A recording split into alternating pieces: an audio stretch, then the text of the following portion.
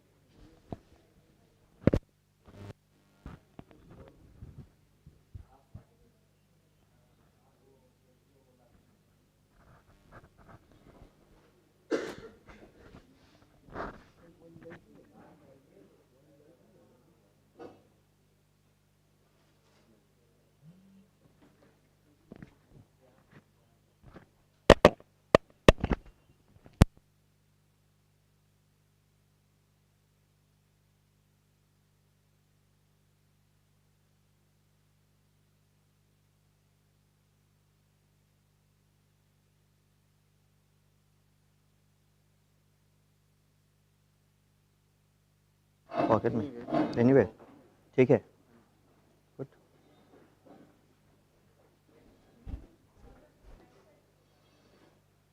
हाँ come close yes हाँ just be careful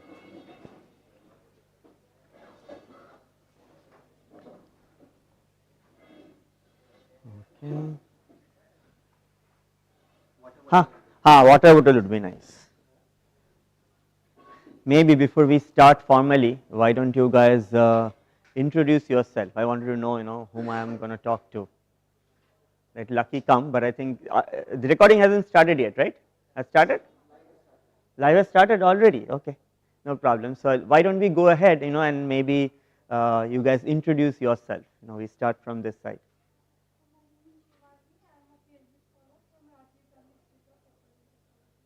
Nice to meet you, Shubhani.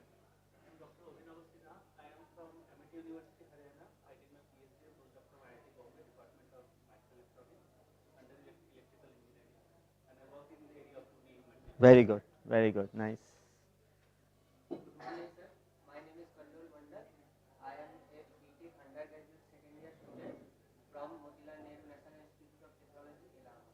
Perfect, very nice. In the back. Perfect. Nice.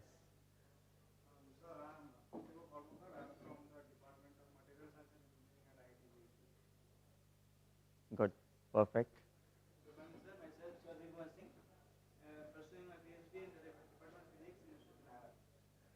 Department of Physics where? Department of Physics in okay. Oh, it's already started, I know, yeah. So just going through the introduction. Yeah.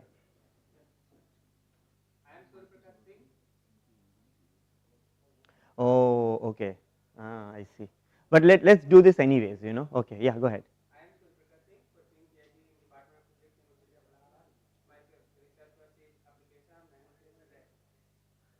Okay.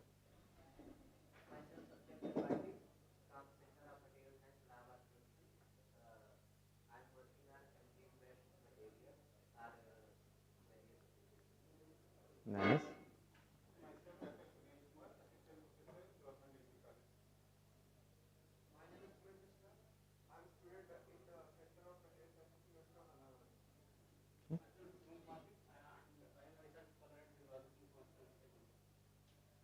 Okay. Right.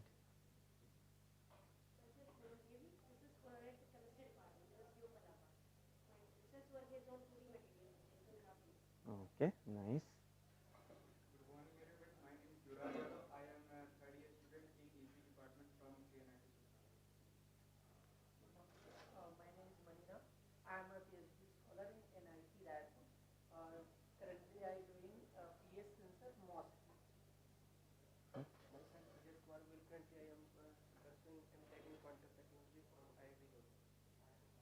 Good. Yeah. Okay, perfect. Okay, good. So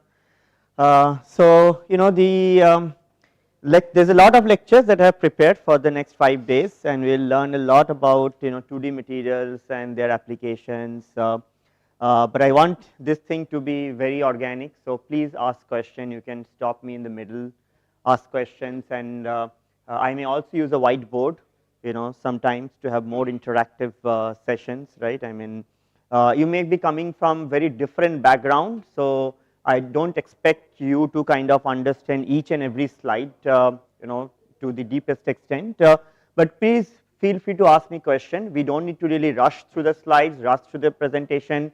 The main objective of this course is that you at least learn something out of this course. I mean, that is my objective. Okay, I mean, it is not that you have to learn everything, but you should learn something out of these GIAN lectures. Okay, so I do not know how many lectures I can cover today. We'll try our best to cover at least 3 lectures if possible. I will get started with introduction to 2D material. But I think before that, first I would like to kind of introduce myself. You guys need to know me as your instructor, okay, and just not about my background in my education or academics, but what I like to do, and what I have been doing over the course of last 39 years. So I'm 39 years old. How has my life been? And so you can ask any question, just not related to 2D materials, but also your career. And I'm willing to kind of talk with you, just not during the time of the lecture. We will be spending 5 days together over lunch, over dinner, or whatever it is. One day we can also all together go to Sangam, whatever it is. So we wanted to live like a family for the next 5 days. Okay, so take this course, just not like you come here, take some lecture notes and go back home, right? Okay, so we'll try to get you something that you can assimilate. So I started in Kolkata, India. That's where I was born and brought up. I did my schooling in Hare School from 1991 to 2003, so higher secondary. Afterwards, I gave the joint entrance examination. Being from a Bengali medium school, I was not really good at English. My spoken English used to suck literally, because of the fact that the West Bengal government didn't really allow English education up to a very higher level that back at then. So I did not really even thought of appearing in IITs. Because IIT used to be like a central examination. There's a lot of fear around IITs. I don't repent it now, no ways. But I'm saying is that you don't really need to be studying, in the top-notch university to do outstanding research eventually in your life, right? That's the take-home message, right? You can come from a very humble background and yet do pretty nice work like other people are going to do coming from top universities in India. Okay. So I did my undergraduate in Jadavpur University, which is actually a very good university in West Bengal, in electronics and telecommunication engineering. And afterwards, I went to Purdue University to pursue my PhD degree. So I don't have a master's degree because I saw some of my seniors applying directly after their undergraduate for PhD, which was kind of unusual thing to do in India at that time. You have to do a master's and then you have to get into a PhD program. Now I think there were a lot more opportunities for you to pursue direct PhD. That time it was pretty unknown. So I kind of followed the footstep of my mentors. I think mentors in your life are going to be very important, and you will see that comes up again and again. So I did my PhD from Purdue University in electrical and computer engineering department. It took me 6 years. After that, I spent couple of years in the Argonne National Lab. It's a Department of Energy National Lab in near Chicago area. I spent like 2 years as a postdoc, and then I was converted into a full-time employee for 6 months, and that's the time when I got an offer from Penn State University as a tenure track faculty member. So I joined Penn State. So here is the Millennium Science Complex. This is where all our research happens. I don't think the laser actually works. I may want to use this thing. Okay, so this is where. Exactly. So I'm going to use the pointer. So this is a building which is called the Millennium Science Complex in Pennsylvania State University.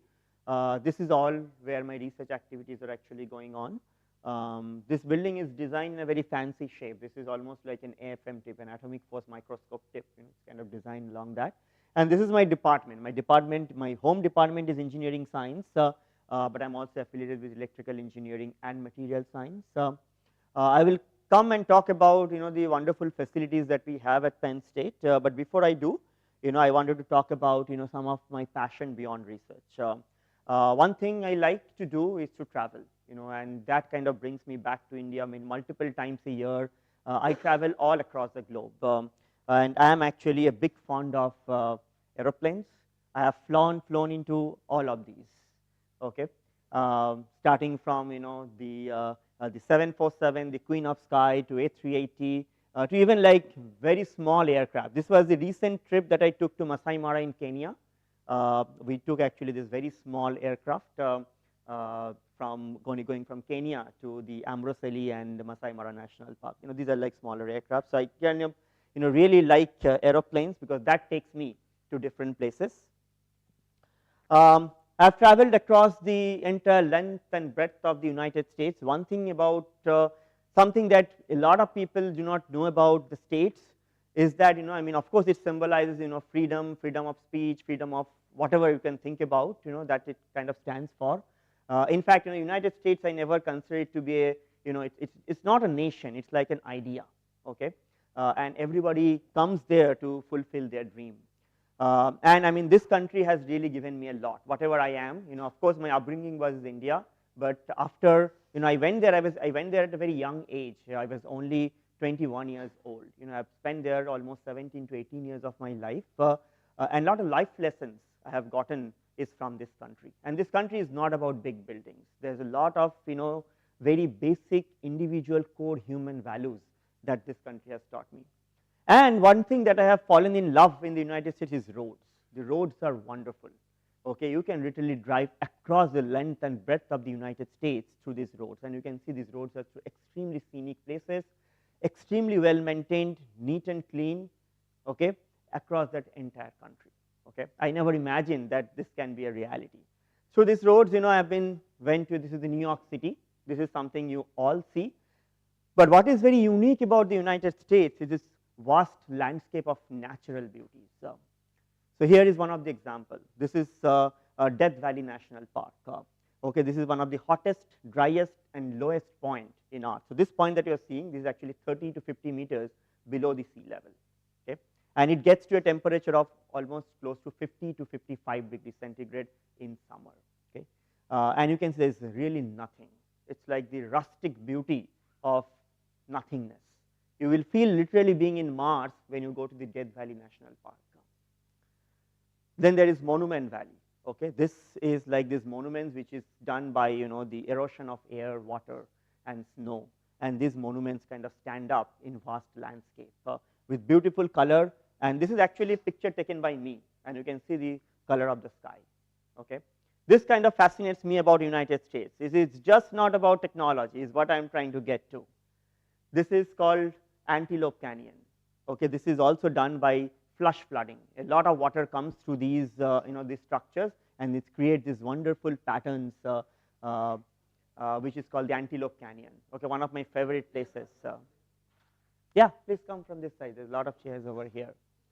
We have still not started the main technical part of the course. I'm just giving you some glimpses of who am I. I mean, that's what people are trying to get to going to the Kumbh Mela, right? So I think my way of discovering myself is very different. United States has given me a lot of opportunity to discover myself, because when you go there, you're not with your parents, you're literally, cleaning your toilets, you're cleaning your dishes, and on the top of that, you're actually doing your research. Okay, so you actually discover yourself, who you are, by going to this place. And I can tell you, the life there is not easy. It's tough. Okay, people are extremely hardworking. Okay, people may think, oh, people in US, they party all the time. That's not the case. It's really hardworking, and if you have a dream, if you aspire to achieve that dream, this country actually helps you and pushes you to achieve your dream the way you want it to. Anyways, this is another example. Can you tell me, this color of water is very different, right? So this is actually Yellowstone National Park, and you see that that blue, green, yellow, all these natural colors. What is the origin of this color? Yes. Yes, you're right. Actually, this is because of a lot of the algae, which can, these are called extremophiles. These can survive extremely hot temperatures, okay, which the human beings cannot. And the colors is from different kind of algae, living beings. Okay, that gives this amazing natural color, vibrant color in these hot geysers in Yellowstone, right? And of course, you get seasons. So this is what the state of my university right now, completely snow-capped, whitewash, what we call it.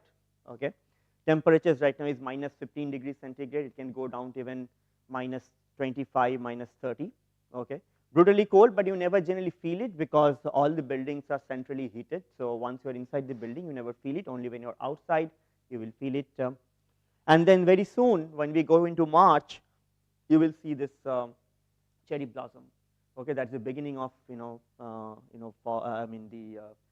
spring season, when all the blooming will happen before the trees are again embraced with the leaves. And of course, if you go to autumn, then you see all these different colors. This is called the fall colors. This is in Upper Michigan.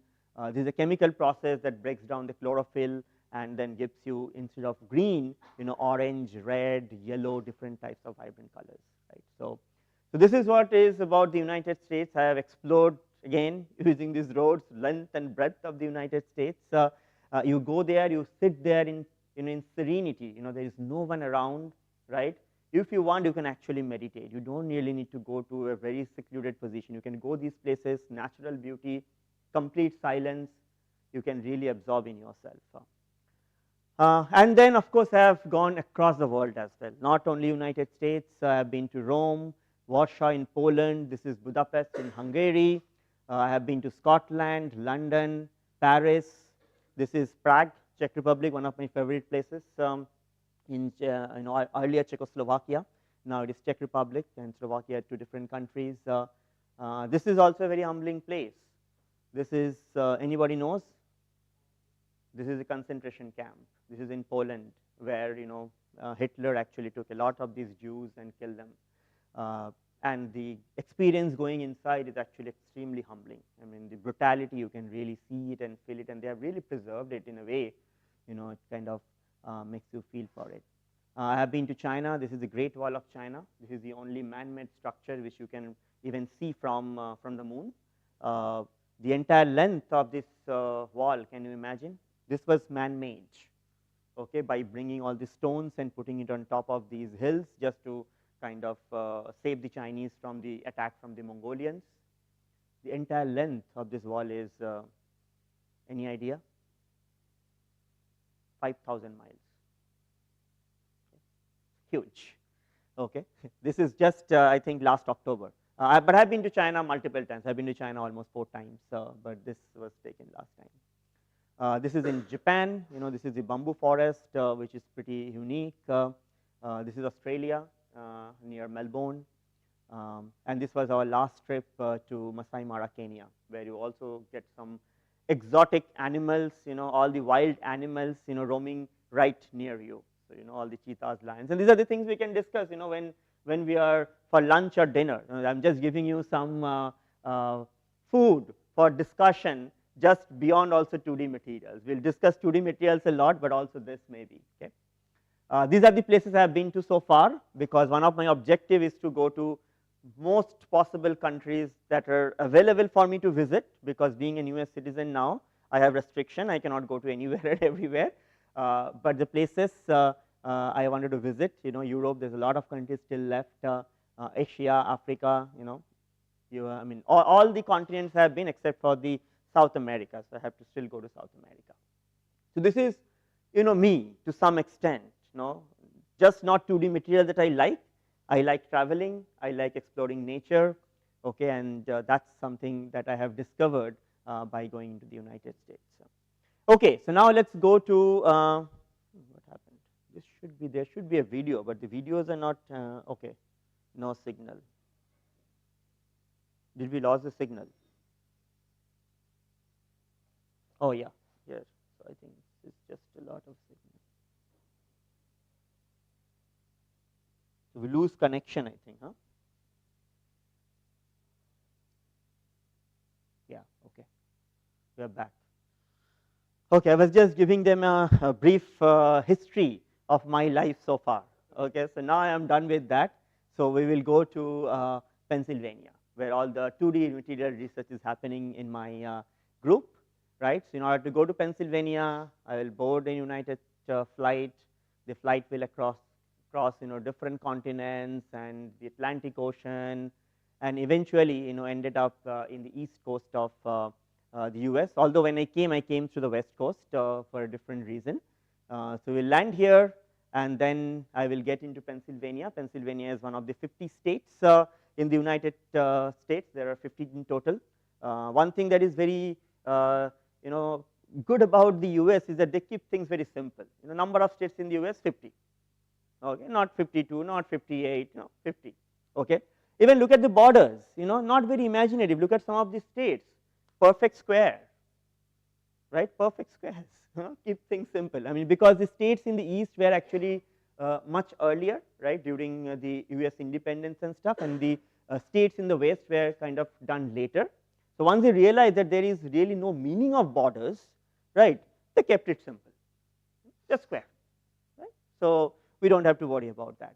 So, Pennsylvania is in the east coast, as you can see, that is where the state is, and State College, where Pennsylvania State University is, it is literally at the center of Pennsylvania.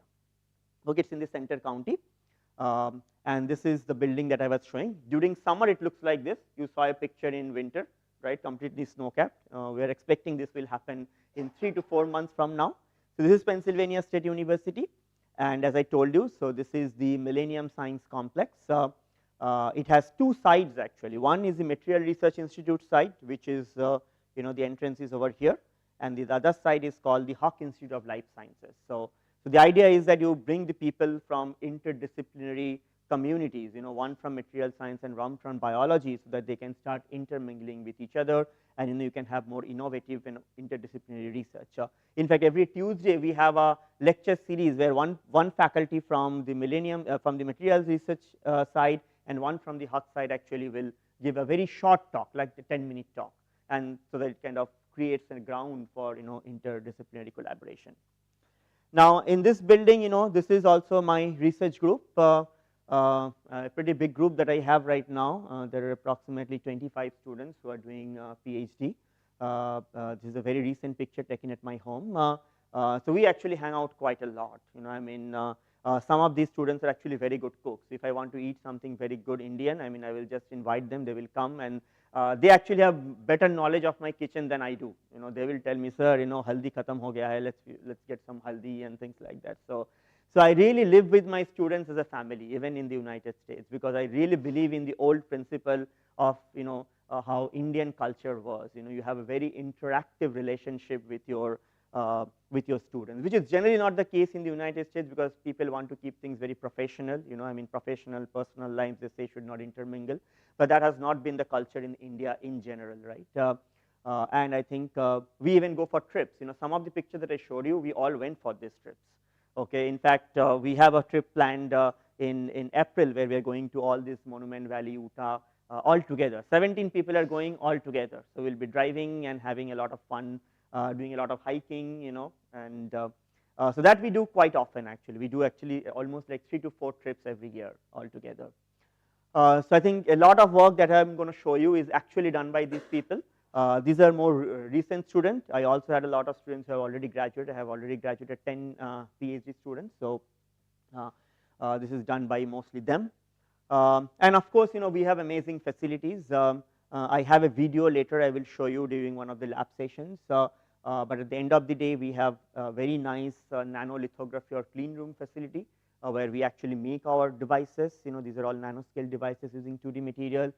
We have an amazing characterization facility where you can do literally anything that you can think on the face of this planet, from advanced optical microscopy to spectroscopy to electron microscopy, TEM, SEM. You can do material characterization using XPS, XRD. You just have to name the tool and it is there.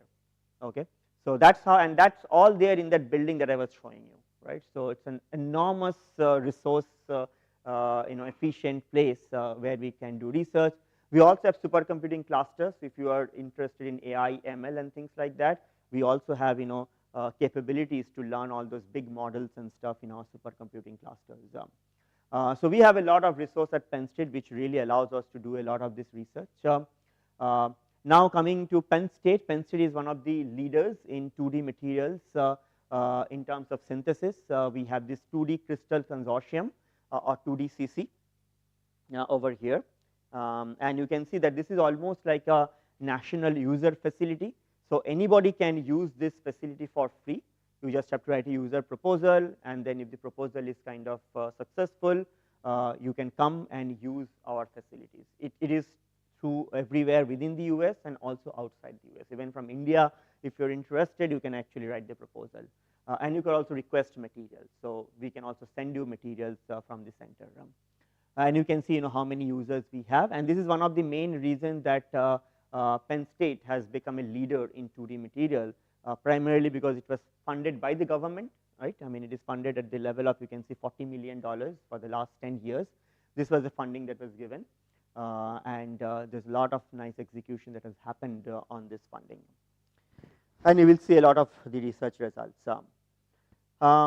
And as I told you, right, I mean, we are growing these 2D materials using MOCVD, CVD, even MBE techniques. We do some, very nice characterization. I will get into the details of all of these things, but this is just to give you a overview of, the different characterization that you can do. For example, here we are growing this 2D material over almost like a 4-inch wafer, 2-inch wafer. Here you can really see the atoms, right, of the 2D materials, so molybdenum and sulfur. So we have transmission electron microscopy, which will give you really looking into these individual atoms and sometimes even electron clouds. And then you can look into its crystallinity. This is like AFM image. This is a PL. This is a Raman, and then this is a Raman map. And then we actually go ahead and make transistors or devices using nanolithography. We measure them. We even make integrated circuits, right? So all the way from developing the material to characterizing it to making devices, measuring them, and building very large scale integrated circuit is something that we do at Penn State. So that's something we are going to discuss over the course of the next 5 days. And we are also upgrading our capabilities. So we had 2-inch wafer capabilities. Soon we will be having 4-inch, because at the end of the day, when you're developing a technology which can compete with the silicon technology, we all know about silicon technology. All the laptops, computers, phones uses silicon chip. Our objective is to kind of replace this silicon at some point of time with the 2D material. But if you want to do that, you have to scale up, right? Because you cannot be growing only small samples and few devices, right? You need to make sure that you can actually have billions and billions of devices on a single chip, and also you can make a lot of chips in a given period of time, right? So we are trying to also kind of upgrade our system so that we can get to these large numbers. These are my acknowledgements. I'm funded by different organizations in the US, so we will see how things go with the new administration. But National Science Foundation, Department of Defense, Department of Commerce, Department of Energy. So there's a lot of funding bodies in the US who likes to look into the 2D materials fundamentally, and I've been lucky to get funded by. We also have a project with NASA. NASA is very interested in developing 2D material based gas sensors to put into their next space mission. So we work with a group very closely with NASA. I have a student who is funded completely by NASA, literally looking into this advanced generation of AI enabled gas sensors which they can put into their missions. We'll probably talk about that towards the end of this course as well. Okay, so far my group has been quite productive. These are some of the cover images of different journal articles that we have published. We have published quite a few Nature papers. I mean, these are probably one of the top tier journals. We also have papers in other journals, but I'm just highlighting the papers published in Nature journals because only when you get a very innovative work or high impactful work you can publish in these journals. And I will talk about mostly all of these papers during the course of the next 5 days. So there's a lot of material that is coming towards your way. Okay, you will be overwhelmed with the different breadth of the topics that I will be presenting in this GIAN lectures. So now I think, is it? Hello. Oh, okay. So I think this video I will keep it, or maybe I will show you this video, a quick video of how are we making this 2D materials. This is specifically for graphene based chemical sensors. I think we'll probably show you this video again during the lab session. I can play it now, and maybe that time I will go into the details of that. It's a short video, it's like 2 minutes video, but at least it will give you an idea about how we do our things. Welcome to the Materials Research Institute at the Pennsylvania State University. The MRI is in the Millennium Science Complex, which is a 300,000 with all facilities such as the I think it's a loose connection.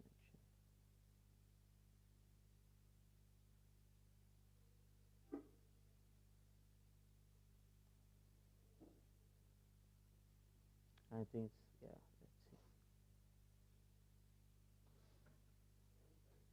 Okay, this is now back. Okay, then it should play now. Hello, welcome to the Materials Research Institute at the Pennsylvania State University.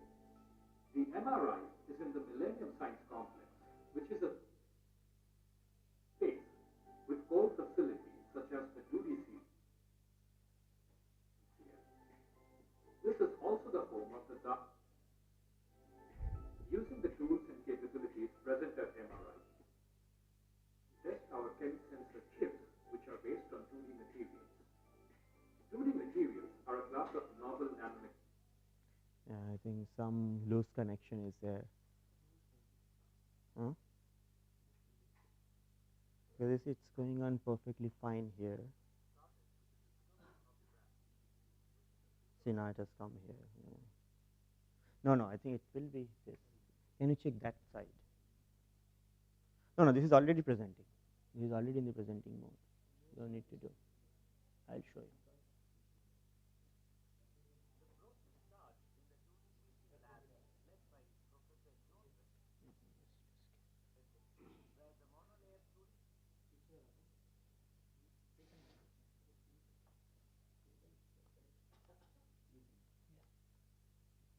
Let me see if this one comes. रुकना नहीं चाहिए. It should not. So let's see. This is.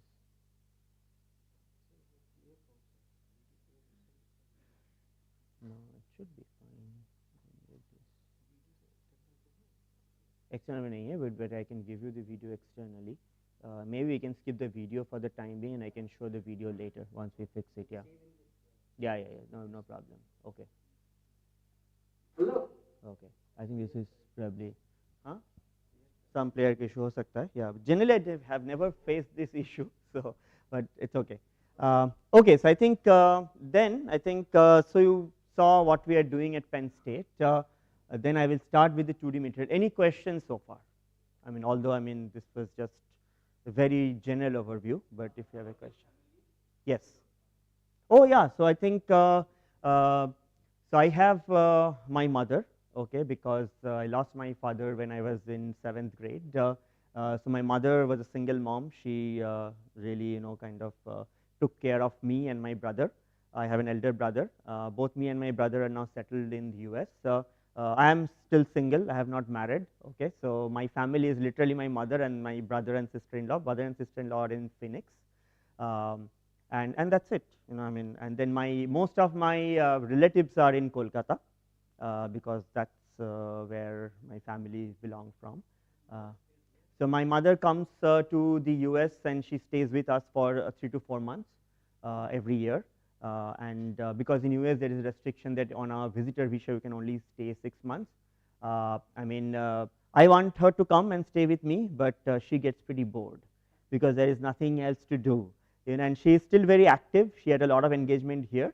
I think if she is a little bit older, aged, then I will try to take her back in the US.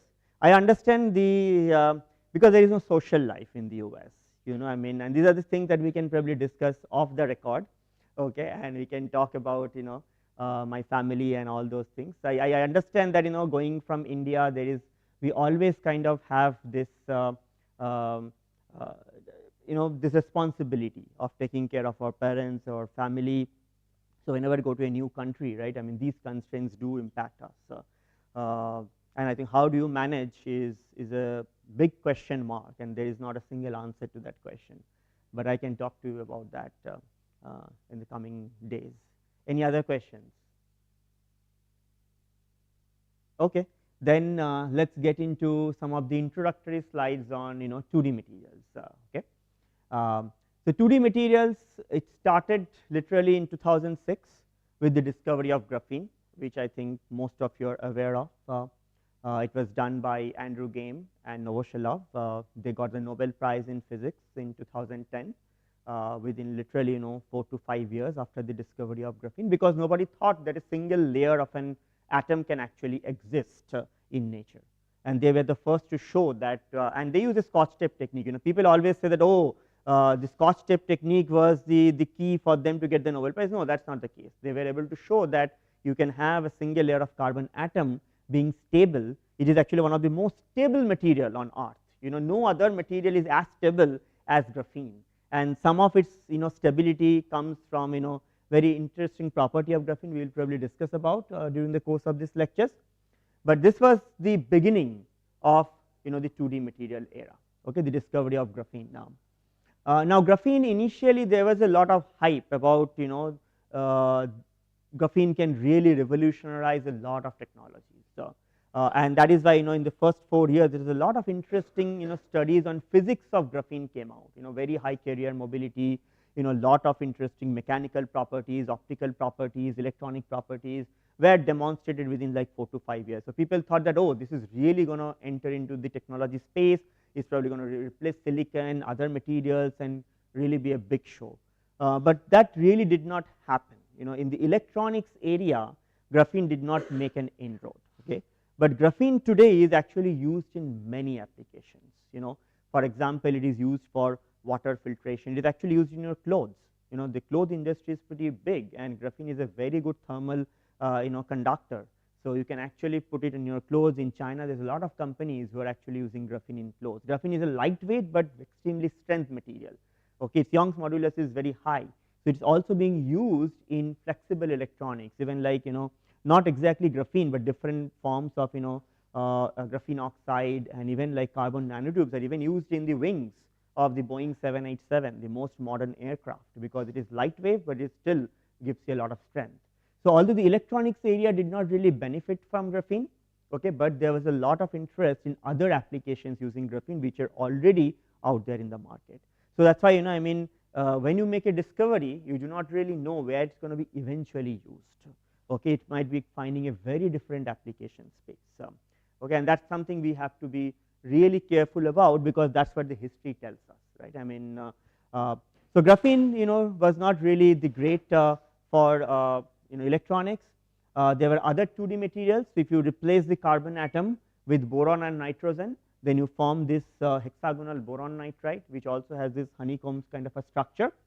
But this is an insulator, okay, which means that it does not conduct. So insulators cannot be used for any electron. Most of the electronic application where we are looking for the channel, active channel material, HBN is not a good choice. Okay, HBN could be a good choice for a dielectric, which we use in a transistor, which we will talk about. So you can see that these are the two prime candidates which were initially investigated quite a bit. In fact, HBN was used to kind of cap graphene, so that graphene sees a nice interface, van der Waals interface. But eventually, there was a lot of interest that was invoked using the discovery of this transition metal dichalcogenase. This transition metal dichalcogenase, or the TMDs, is a big family of material. So if you look into the periodic table, you will find that there is a group of material which are called the transition metal, which are all marked in red. So you can literally take any of these metals, and then the chalcogens are sulfur, selenium, and tellurium, right? And you can kind of combine them into this MX2 structure, where the middle one is the transition metal, which is marked in this red over here, and then these are your chalcogen atoms, right? And this family itself has close to, I think, 1000 possible compounds, because you can see you can have permutation and combination of one from the red and one from the blue, the yellow. Okay, so transition metal dichalcogenide, these materials were studied back in 1970s, 80s. Okay, but that time nobody really paid an attention to them, because nobody knew that these materials can be transformed into a monolayer. Okay, and that time silicon was flourishing. Silicon, germanium were very popular. So nobody really paid an attention to this transition metal dichalcogenase, although there is a lot of papers out there on these materials, their mechanical, thermal, electrical, and optical properties in 1960s and 70s. Okay, but these materials never took the center stage like the silicon did. Okay, but now there is a lot of challenges that people are facing with silicon, and there is a lot of interest in looking into newer generation of materials, and that's why these transition metals are becoming chalcogenases are becoming very important. And you can find that this material family is just not semiconductors that we, the electronics engineers, are kind of interested in. Of course, you have this moly sulfide, tungsten sulfide, tin sulfide, tin selenide as the semiconductors, but you can also find metals like vanadium telluride, platinum telluride, tantalum sulfide, these are all metals. Okay, these are all 2D materials, but these are now metals. You can find insulators, you can find ferroelectric material like this copper, indium phosphide sulfide. This is not TMD, but these are layered materials. Okay, then you can find ferromagnetic material like this iron phosphide sulfide, this chromium germanium telluride, chromium iodide, right. There are topological insulators. These are even more interesting material because in the surface they are semiconducting, in the bulk they are actually metallic. Okay. So, it is kind of very interesting set of material family that we have gotten in this 2D material family, and that kind of really explored the space of application beyond just electronics to optical, thermal, mechanical, energy harvesting, energy storage. You can use this family of materials. So, we are kind of really living in this era of 2D material, which is a big revolution that is going on now. And as I told you, right, these are kind of layered materials. So, in the plane they are strongly bonded, right. The moly atom is strongly bonded to the sulfur atoms, but then out of the plane they are kind of hold together by this weak van der Waals epitaxy. So, really there is no bonding in the outer plane direction, as you can see there is no bond, it is just the weak van der Waals force that keeps them together, and this allows them to kind of mechanically exfoliated down to a monolayer, right, because the force that you need to peel these layers off from each other is actually very small. Not all materials can be easily peeled off, but many of these 2D material can be peeled off down to even a monolayer limit, right, and that kind of then opens up the space, because the material property that exists in the bulk are very different from the material property that happens at the nanoscale, right, and this is exactly where the 2D material field is gaining a lot of attention in spite of these bulk material being studied back like 40-50 years ago. Okay. And then what you can also do is now with all these different engineering tool, you can actually, instead of going back to stacking the same layer, you can stack different layers on top of each other, right. For example, you can stack a tungsten selenide layer on top of MOS2 because you have separated out these monolayers and then you reassembling them, but when you are reassembling them, you are actually taking different materials and putting them on top of each other. So, that is called the heterostacking, and when you do that, new material properties evolve. So, now you can start engineering the material properties from bottom up. This is a unique capability that we have never had in the past, right. You have given with a material like silicon, germanium, and you have to kind of stay with the property that kind of it gives you. Right now, you can go back and start re-engineering the material properties based on what the application that you are looking for. So, this is an interesting area of stacking of these 2D layers, and you do not have to stack them vertically, and with the advanced growth techniques you can also start growing one material from the periphery of another material. This is called the lateral heterostructures. This is vertical heterostructures, you can also create lateral heterostructures, right, and there at the interface between one material or the other, very unique properties also emerge, right, which you can then exploit for another different kinds of application, right. So, this is another option, and you can see that if you can grow an N type material and then the yellow is a P type material, then you have a PN junction diode, right. So, that is kind of another unique approach, and then finally, what I think is going to be probably one of the next Nobel Prize in physics is this aspect of twisting. So, if you take two layers and put them on top of each other, of course, they look very similar, but now you can think about putting one layer and rotating the other on the top. Then you see that for every possible angle, the pattern looks very different. These are called the Moray patterns, okay, and at specific angle between the two layers on top of each other, unique properties emerge like ferromagnetism, ferroelectricity. If you have two layers just rightly stack on top of each other, these properties do not exist. Only when you kind of twist them at a specific angle, these angles are called magic angles. At this magic angles, exotic properties like superconductivity, ferromagnetism then starts to appear in these materials, and that is a new area called twistonics. Okay. So, you see that within this 2D material, one thing to this diverse range of materials, and then there is a possibility of stacking them laterally, vertically, twisting them, and that is just almost like a Pandora's box, right. So, you can start really innovating and doing a lot of interesting stuff with these 2D materials, which is possible, right. Please keep asking questions, you don't have to wait until the end. If you have any concerns and questions, you can ask me at any point of time. Okay, and then let's look into the evolution of the 2D materials, right. So it all started with exfoliation. So we used to use this scotch tape, right, and then put a crystal of this 2D material, and then you just exfoliate them, and you will get a monolayer of this material like MOS2 over here, and then you can go ahead and make these devices. And this happened back in 2011, although graphene was discovered in 2006. Monolayer MOS2 was kind of came a little bit later in 2011. As I told you, there was a lot of hype with graphene for electronics. After the hype kind of went down, then people thought about looking into other 2D materials, and then they started kind of getting into monolayer MOS2 or WSE2. So this is how the field started, flake exfoliation. But I mean, this is not the way to go. Okay, you can show that good properties exist.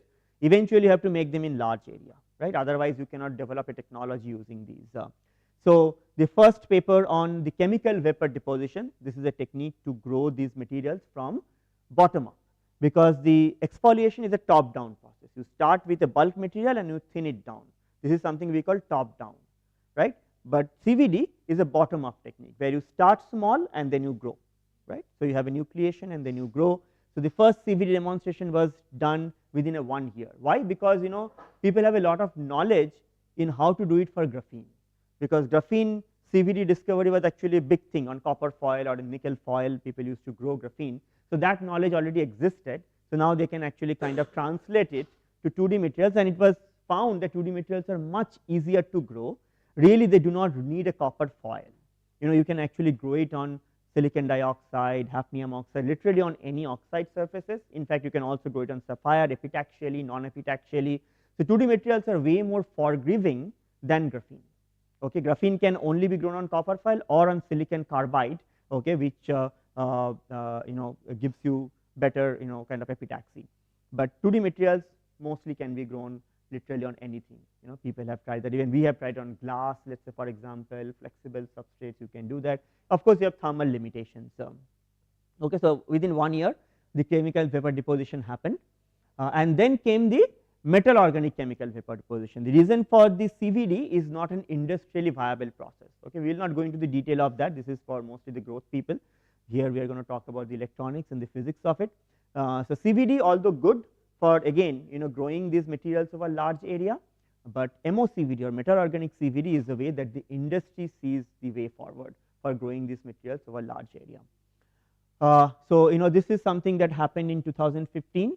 And then I think these are some of our own figures actually from our Nature paper last year, and you can see that this actually made a big impact. You see, I mean, the papers are all in high impact journals.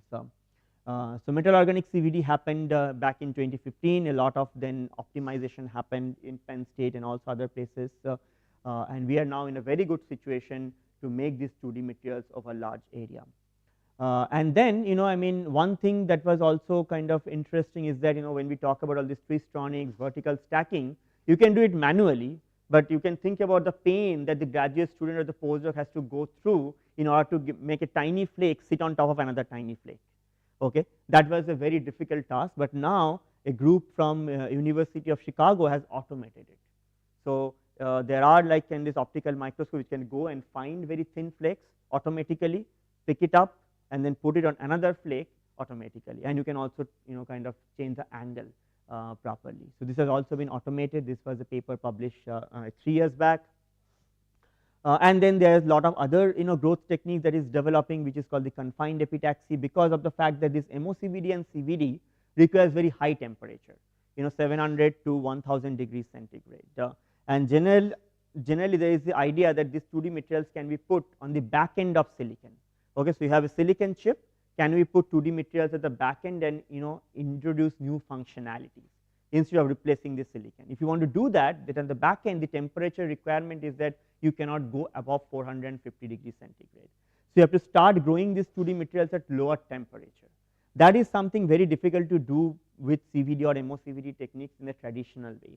So there is a group from MIT who recently demonstrated that you can actually use confined spaces to grow these 2D materials at a low temperature with good quality. That is why this is called the confined epitaxy. Okay. So there is a lot of innovation that is happening even in how you grow these 2D materials at different temperature on different substrates to enable different applications. And then of course we are also looking into large area exfoliation, because silicon, if you think about it, is actually made like a crystal, and then you actually cut it out as a wafer, right. So can you actually grow these 2D materials also as a crystal?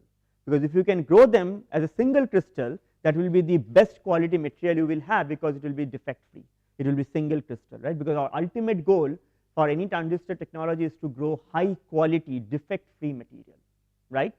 While in the course of this lecture I will show you some of the advantages of defect and defect engineering for some neuromorphic application, but for traditional technology that the device is going to go in your phone or your laptop, you want to make this material as defect free as possible, right. And that is something also possible by growing a high quality crystal like it is done for silicon, and then making the wafers of this 2D material. And this has not happened.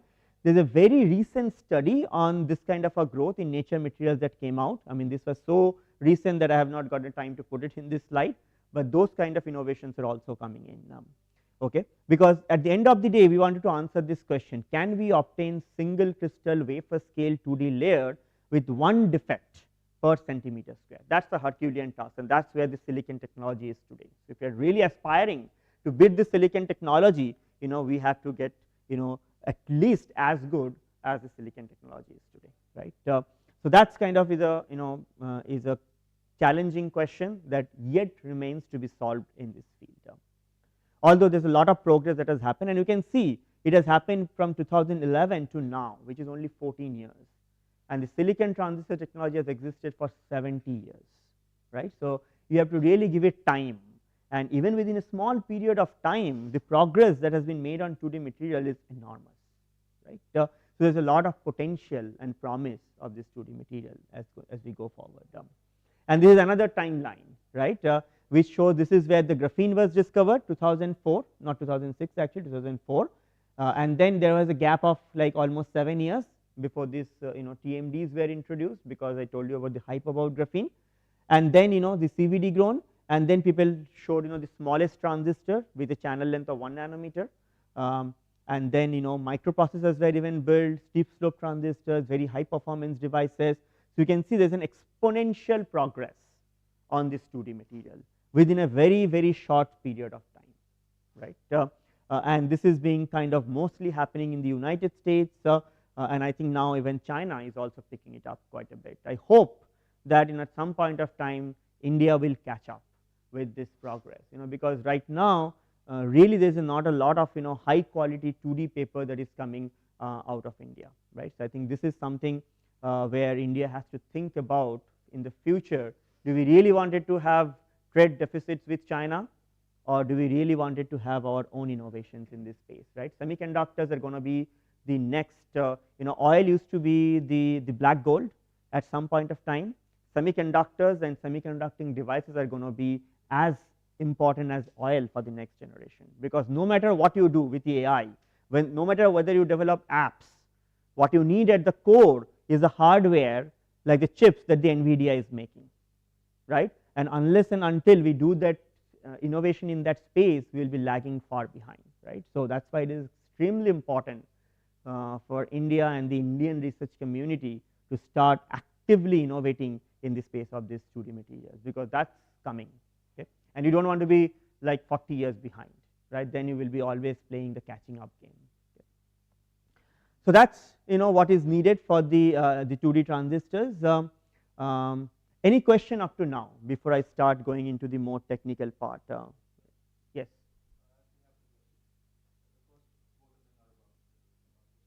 Mm-hmm.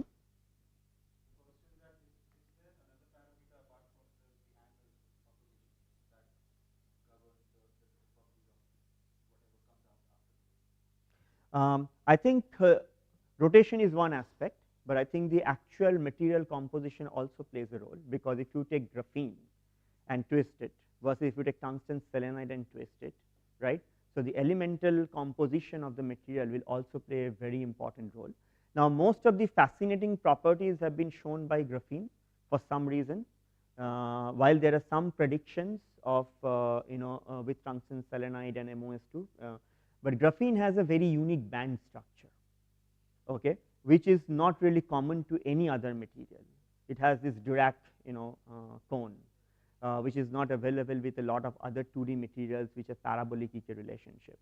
Well, if you go to this topological insulator that I was talking about, they have this kind of Dirac cone in their band structure. So, they might be even better in terms of twistronic application. So, this is a very new field, and as you told, it's the material composition, it is the magic angle, it is also upon the number of layers.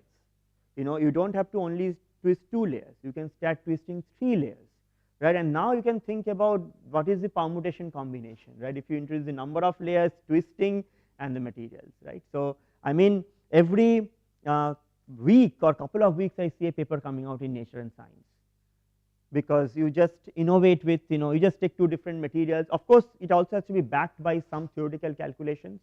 I mean there are some predictions that if you take these 2 materials, these properties can emerge, but until and unless you go ahead and actually do the experiments, you never know, right, and you need to have the right resources, right. How do you get to extremely high quality material, which is also very important. So, all the twistronic work is done on exfoliated material, they are not done on large area materials, because you have defects. If you have defects, then all these wonderful properties can be destroyed. So, there is a lot that needs to be done, and there is a lot of scope for innovation in this field. For example, right now the leading groups from MIT, Pablo Harillo's group from MIT, Philip Kim's group from Harvard, so they are the leading groups in doing twistronic work. They have also automated this process. No human is involved, because human involvement leads to errors, and not only errors, also it becomes more dirty. So yeah.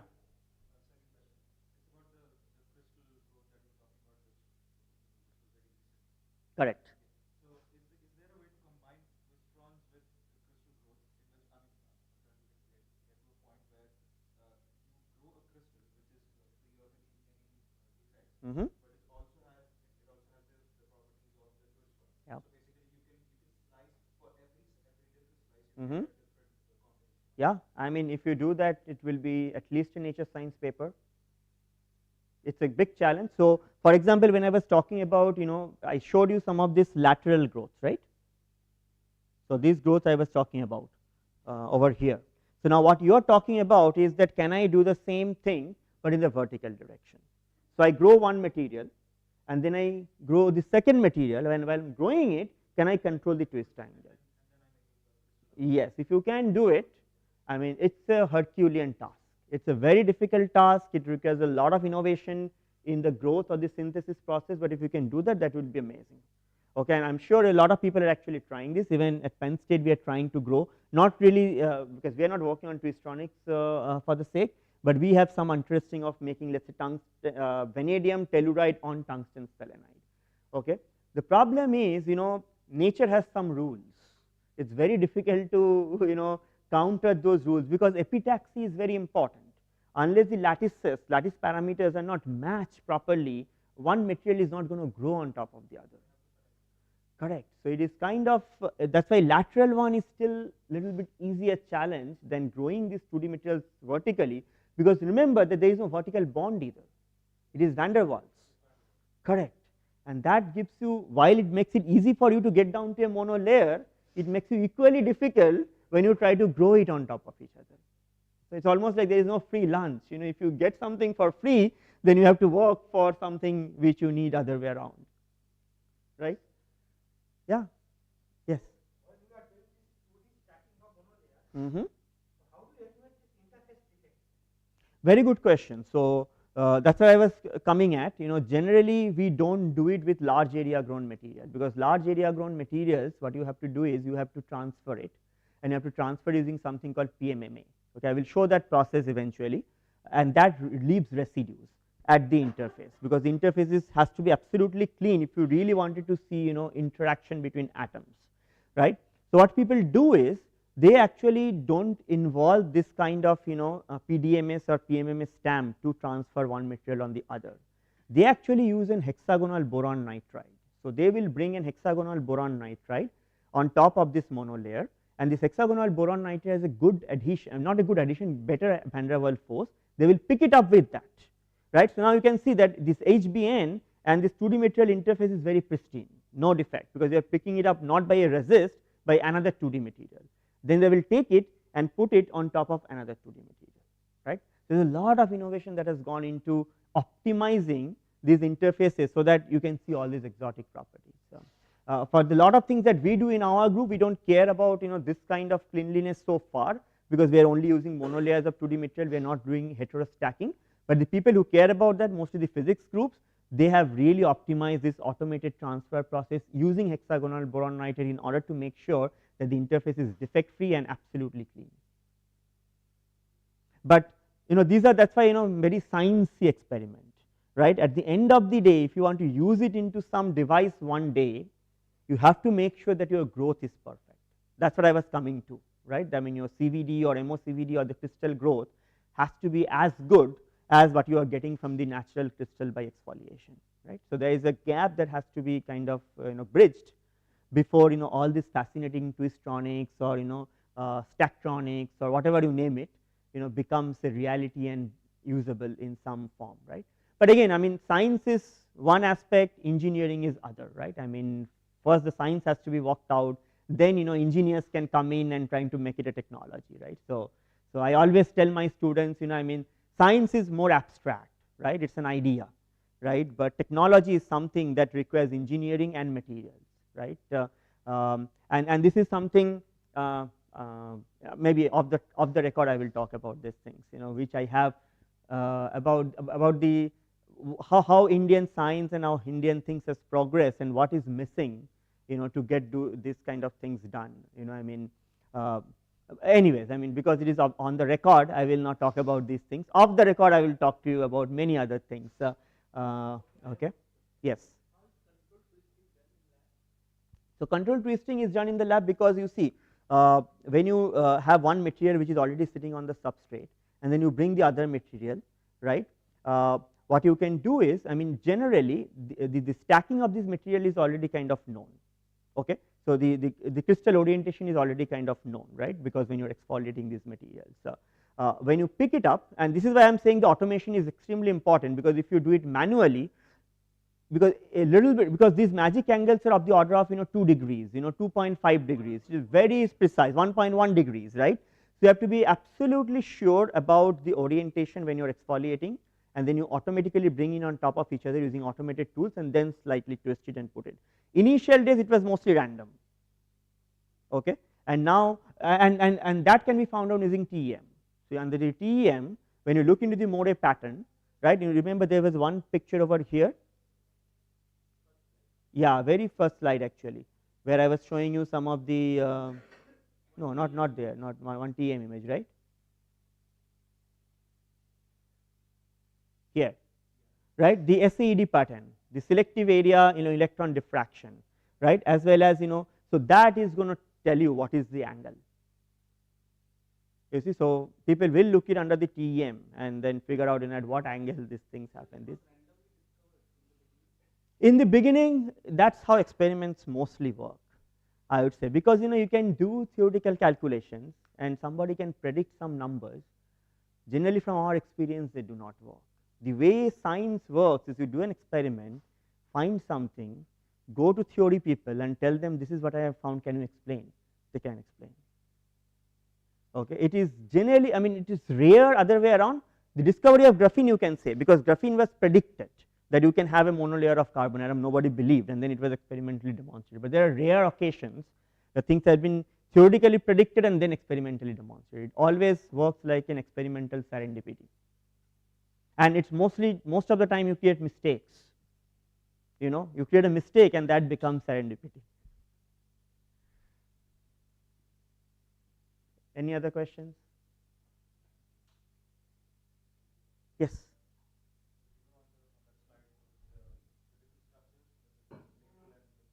That is large scale devices, no, not any application, not any application. So, this is just a pure scientific exploration that is going on right now, Even for that matter, the lateral heterostructure, the vertical heterostructures, even a single layer of 2D material, there is no product out there in the market. I mean, maybe it is becoming a little bit more applied, where we are looking into some application of the 2D materials, but these are at a very basic fundamental level. Right? But I think you can think about a lot of application. If you can discover room temperature superconductivity, right, then somebody will be there to engineer it, because that solves all the energy problem of the entire humanity, right. So superconductivity has been shown, but not at room temperature in these structures. Right.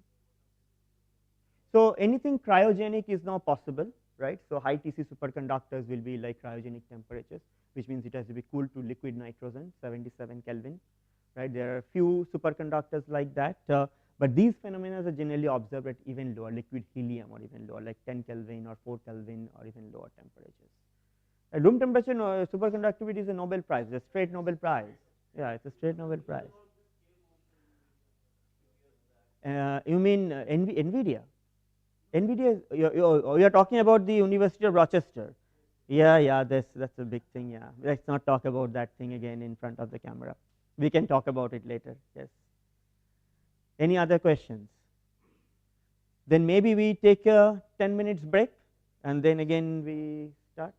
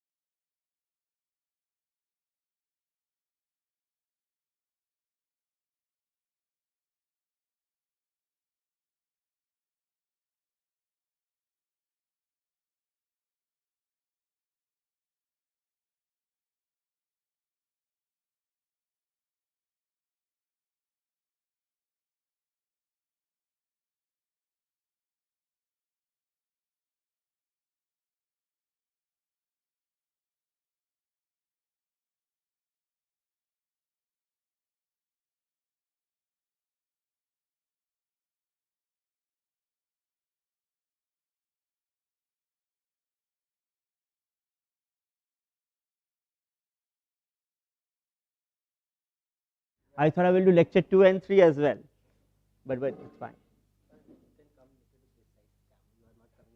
Oh, I am not coming in camera. Oh.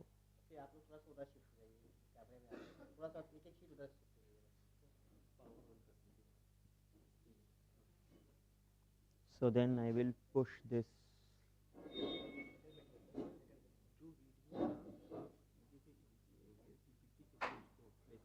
हाँ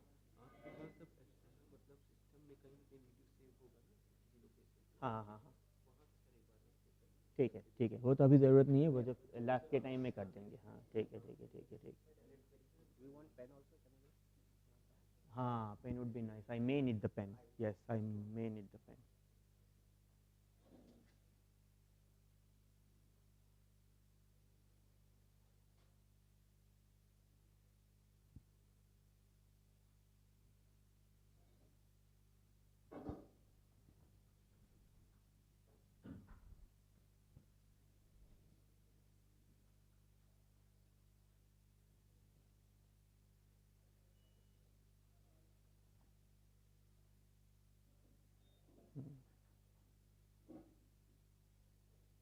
आ जाना चाहिए.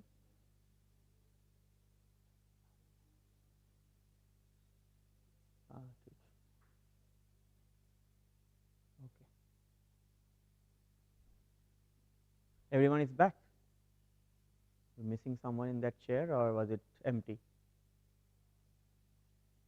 We'll just wait, for that person. There was someone on the chair. Okay, let's just wait. तो कहाँ पे खड़ा होना पड़ेगा? यहाँ पे आ रहा हूँ. हाँ ठीक है. थोड़ा मूव करना मुझे अच्छा लगता है actually during the talk. Okay.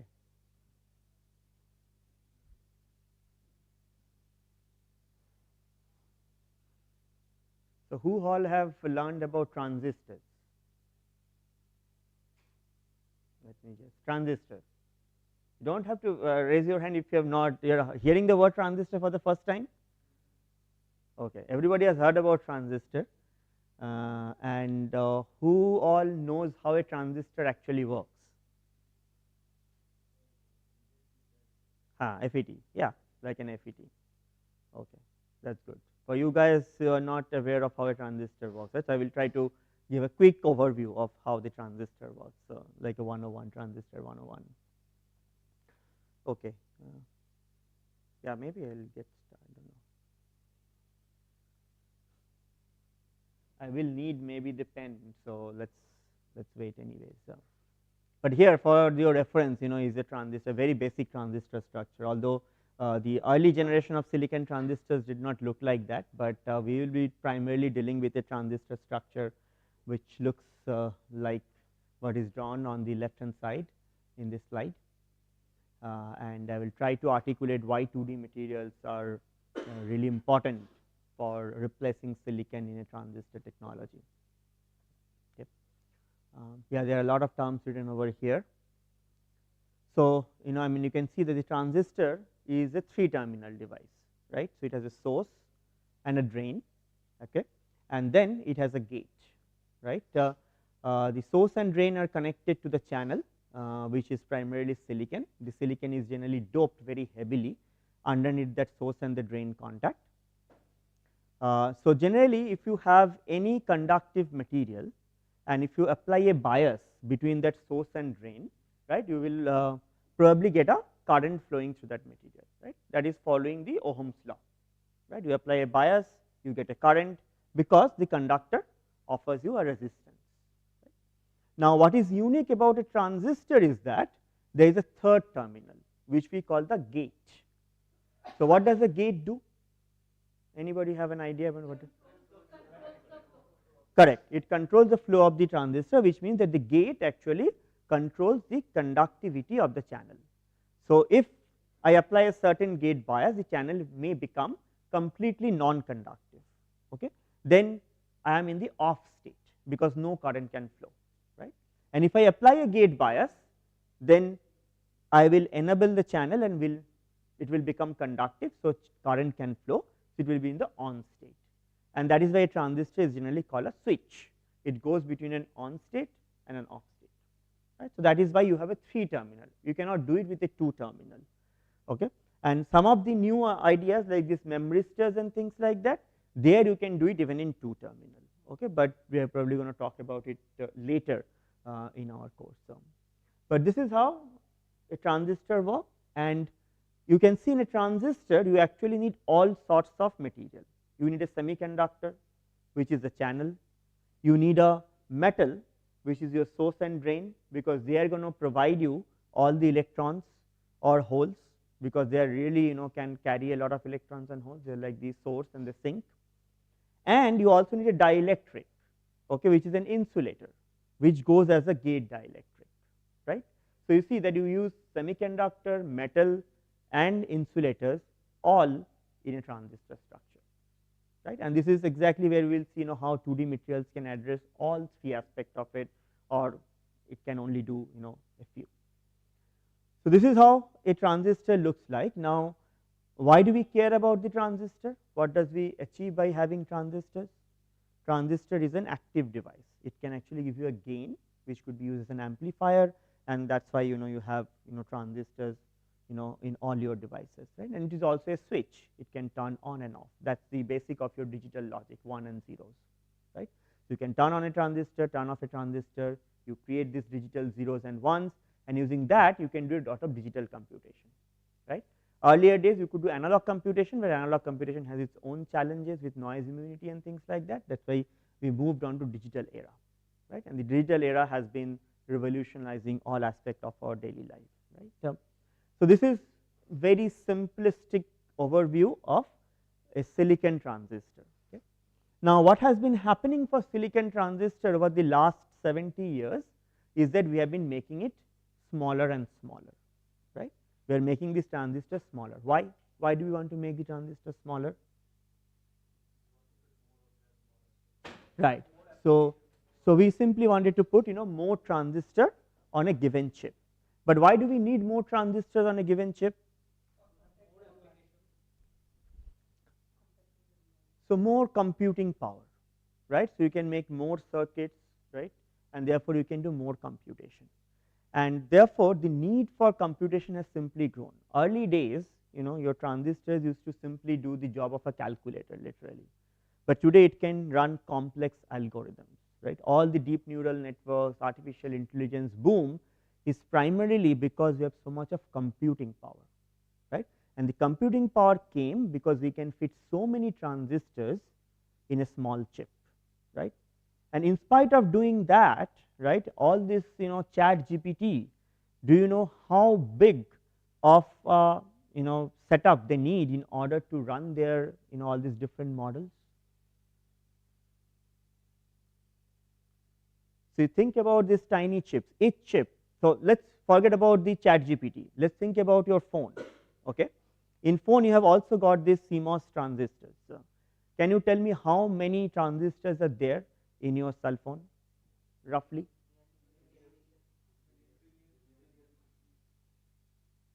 Ten million, billion, till billion and million are like 3 orders of magnitude.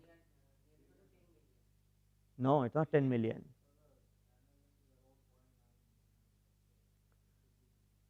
So, well, channel length is not 0.9 nanometer, will be too small. Okay, I mean we have not achieved this.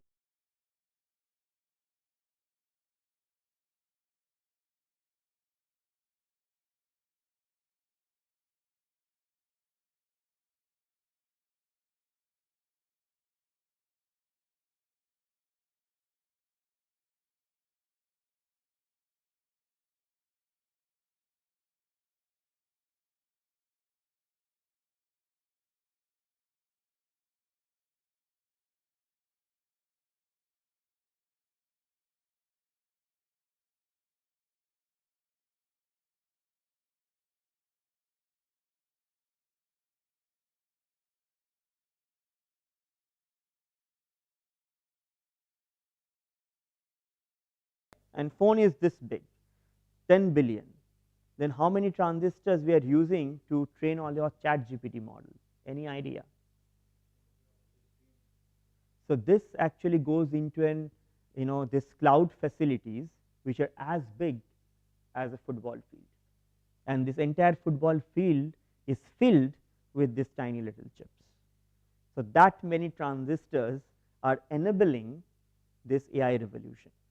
Okay. Without this transistor technology, forget about any AI revolution. Okay. So, you see that what has been happening is we are trying to make this transistor smaller and smaller, right.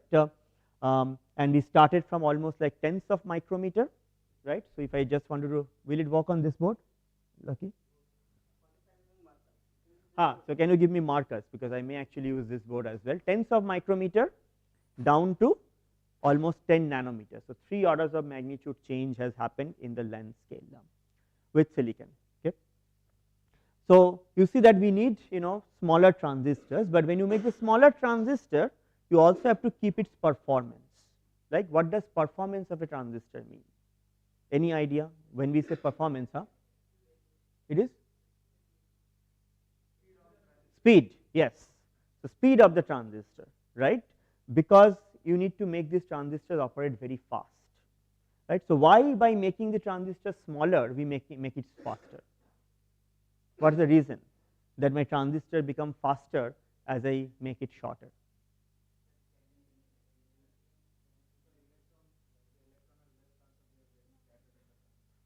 Very good, very good. So, what happens is that this electron now has a shorter distance to travel, right. So, it takes less time, so it becomes faster, right. So, therefore, it is just not more transistor, but also better transistor, correct. So, that is why you scale.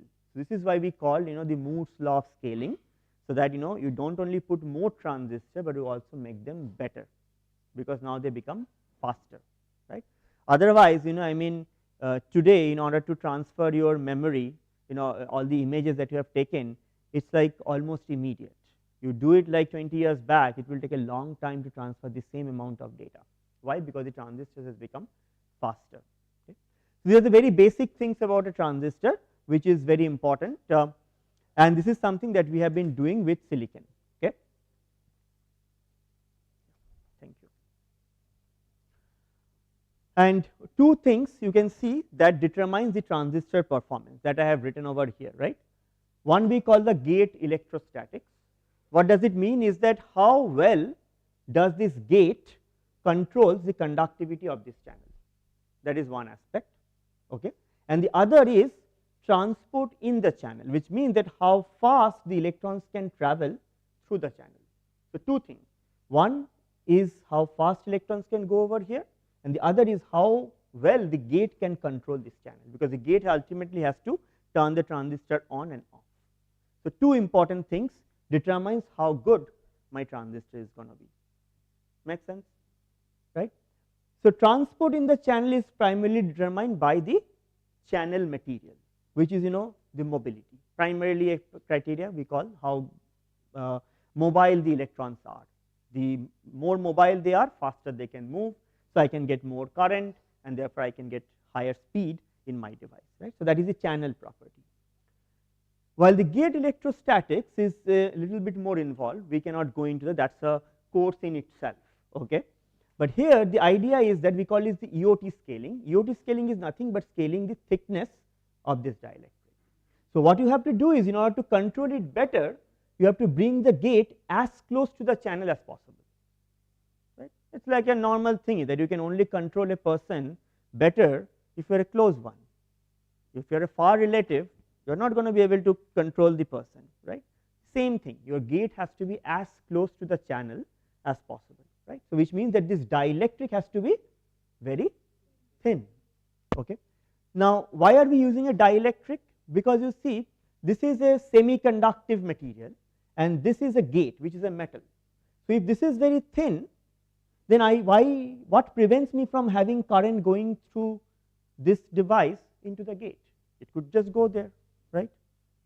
So, what I need is an insulator, because that will insulate my carriers from going in the vertical direction, because I simply want the current to go in this direction while controlled from this direction, right. Okay. So, this is what we mean by electrostatics, which is what we call the EOT scaling, which is done by the oxide thickness scaling.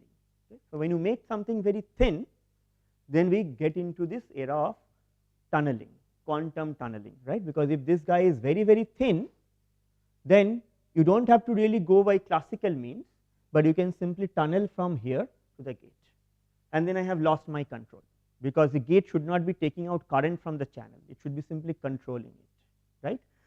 So, the problem is, if I make a dielectric very thin, it becomes very leaky. Okay. So, now the question is, this has been happening with the silicon industry, where they were using silicon dioxide as the dielectric. Okay. Silicon dioxide, right, is the dielectric, SiO2 on silicon. Why? Because silicon can be converted into silicon oxide very naturally. If you leave silicon, it forms silicon oxide. It is a very natural oxide, and that makes the interface actually very good, because it is a native oxide. Okay. But then the silicon oxide, okay, as you make it very thin, okay, you get a lot of this tunneling current, right. So, you cannot make it very thin. So, what is the alternative to silicon oxide, right. So, why high K material? Because at the end of the day, anybody remembers the equation for current in a MOSFET? IDS is equals to mu W by L Cox Vg minus Vt, right. This equation, if you remember, this determines the current in a transistor, okay. And here you see this term comes in, okay, because width and length are simply how you are designing your transistor. Smaller the length you make, more current you get, we know. But I was talking about the gate impact. Gate impact comes from here, okay, the capacitance. And what is the capacitance Cox? Cox is epsilon ox by Tox, correct. So, my objective is to have the same capacitance from two capacitors, then I can replace one for the other, as long as the capacitance is the same, right. So, now for silicon dioxide, what is the dielectric constant? It is around 3.9, so let us say 4. Okay. So, now if I go and make my oxide thickness 1 nanometer, right, I get a Cox value, which is say 4, I mean it will be some units. Okay. We are not going to the unit, but you see it is 4 by 1. Okay. But now 1 nanometer oxide is very leaky, right. So, my objective is to make something more thicker, because then physically I cannot tunnel through, because tunneling depends upon the physical thickness, right. So, if I could go to Tox of let us say 5 nanometer, then I will not tunnel through, I will remove the tunneling impact, but then in order to get to a 4, right. So, then what dielectric constant I am looking for in order to get the same Cox? If I increase my Tox by 5 times, I have to also use this 5 times more, so the ratio remains the same. Make sense, right. So, therefore, I have to get some material that's dielectric constant is 20. This is what we call high K material, right, and that would be something like hafnium oxide. Make sense. So, what we talk about this EOT is the effective oxide thickness. So, a 5 nanometer hafnia will behave as if a 1 nanometer SiO2, correct, because the strength of a 5 nanometer hafnia is same as a 1 nanometer SiO2. So, therefore, the effective oxide thickness for this 5 nanometer hafnia is 1 nanometer. Make sense. So, that is the EOT scaling, right. This part is clear. Any question on this, right. So, there are two aspects that I am talking about, with this channel and the control of the channel. So, this is the control of the channel that requires you to have this high K ultra thin oxides. Okay.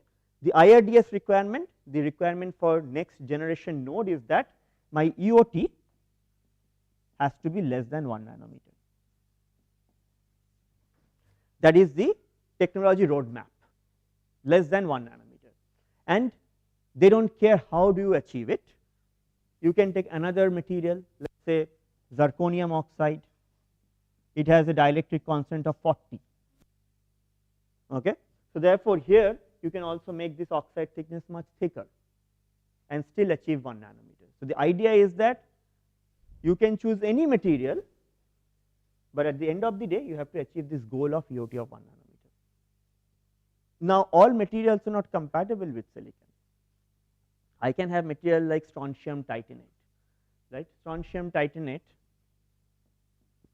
You know the dielectric constant of this material? Anybody have seen this material? Maybe not, but this material can have a dielectric constant of 400, super high K. But the problem is these materials have existed and well studied in the field of ferroelectric material, on perovskites for last 60 years. Why have they not been used as high K?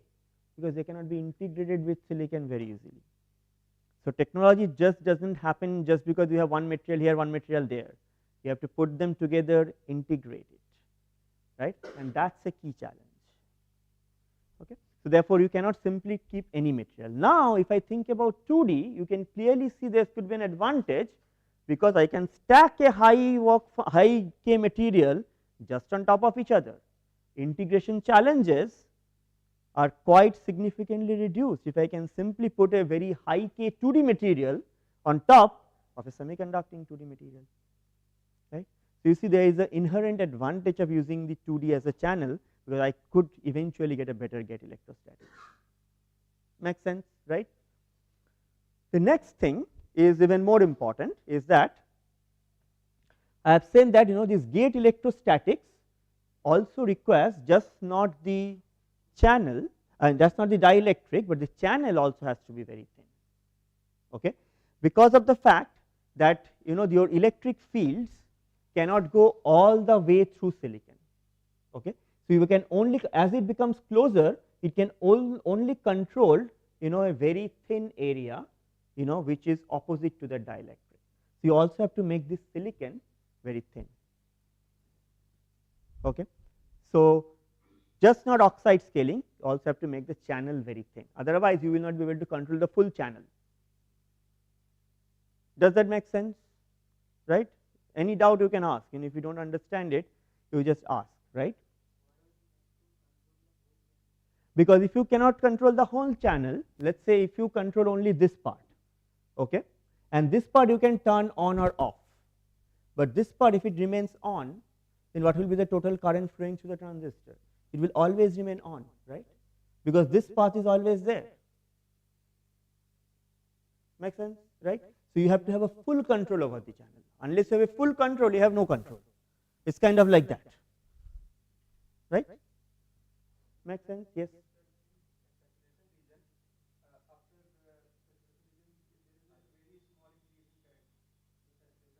Mm-hmm.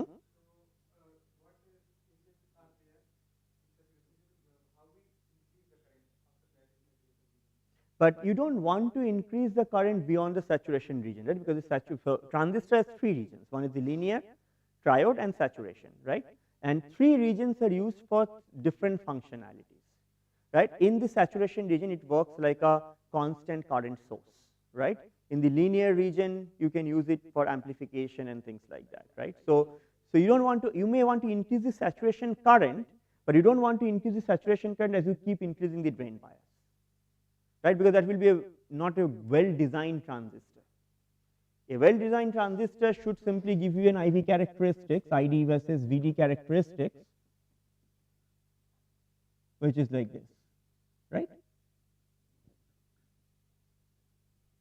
So that's your objective in designing a good transistor. And what I'm saying is that in order to make a transistor very small, it also has to be very thin. Otherwise, you will not be able to control the channel very well. Okay. And here is another band diagram. I'm not very sure, a lot of people here will not be familiar with band diagrams. The rule of thumb is that you see that these regions are kind of very heavily doped, right, because the Fermi level is above the conduction band, right. This is like degenerate doping, and then you have the channel, which is to start with kind of intrinsic, or it could be also p-type. That's how a NPN or PIN transistor works. But there is this band bending. You can see that the bands kind of bend, and that is the characteristic length scale of lambda s. We will not go into the detail of that, but this lambda s depends upon a few factors. As you can see over here, it depends upon the dielectric constant of the channel material, which we call the body of the transistor. It depends upon the oxide dielectric constant, the thickness of the body, and the thickness of the oxide. And you can see, as we were saying, we wanted to make this lambda s as small as possible, because that is your scaling limit. Your channel length has to be more than 3 times lambda, right? So if lambda is 10 nanometer, then your LCH cannot be less than 30 nanometers, because then you will run into short channel effect. That is a poorly designed MOSFET. For a well designed MOSFET, this criteria has to be met, that your channel length has to be greater than 3 times this characteristic length scale called lambda. Okay? And this lambda is given by this, and you can clearly see I can make the lambda very small by making this Tox very small and Eox very high, which is coming from that Cox idea. This is literally nothing but 1 by Cox. And as I already told you, that Cox has to be as large as possible in order to make this a well controlled MOSFET, right? But then it also depends upon this body thickness. And whichever body you are using, the dielectric constant automatically comes. This comes like, these are not two separate quantities. I cannot tune them separately, right? So you see that the body thickness has to be small, right? So now let's do a quick calculation and see for today's technology with silicon, what this lambda is here. What is this lambda is? So today the technology that the FinFET we have, the body thickness is 6 nanometer. Okay?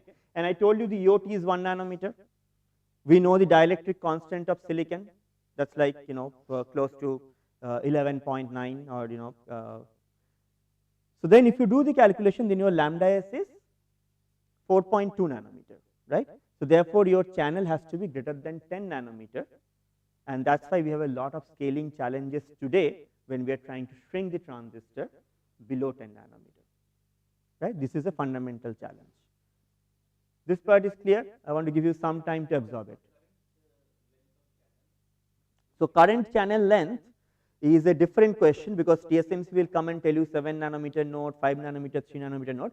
They have nothing to do with the physical channel length. Okay, these are just for PR purposes.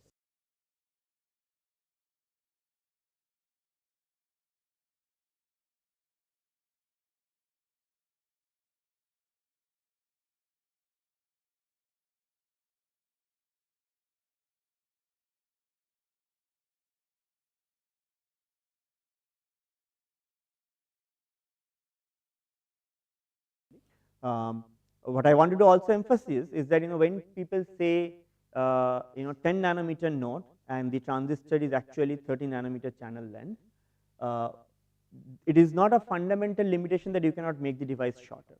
Okay, fundamentally no problem. The problem is we don't have lithography tools to do that.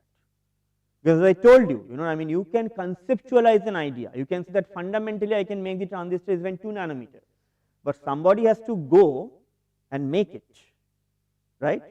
And if you have to make it, you need the right tools, correct? So these are all the lithography tools, and there is only one company in the entire world who makes this advanced lithography tool, and that is ASML, based in Netherlands. Okay, they have monopoly.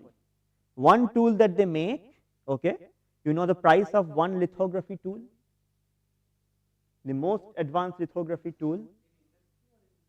No, labs cannot afford it, and that's what I'm going to come to, right? So the most advanced lithography tool, which is made by this company called ASML. Any idea about the price of that? 40 million, we can buy it at Penn State. But I'm saying is that we can't even buy it.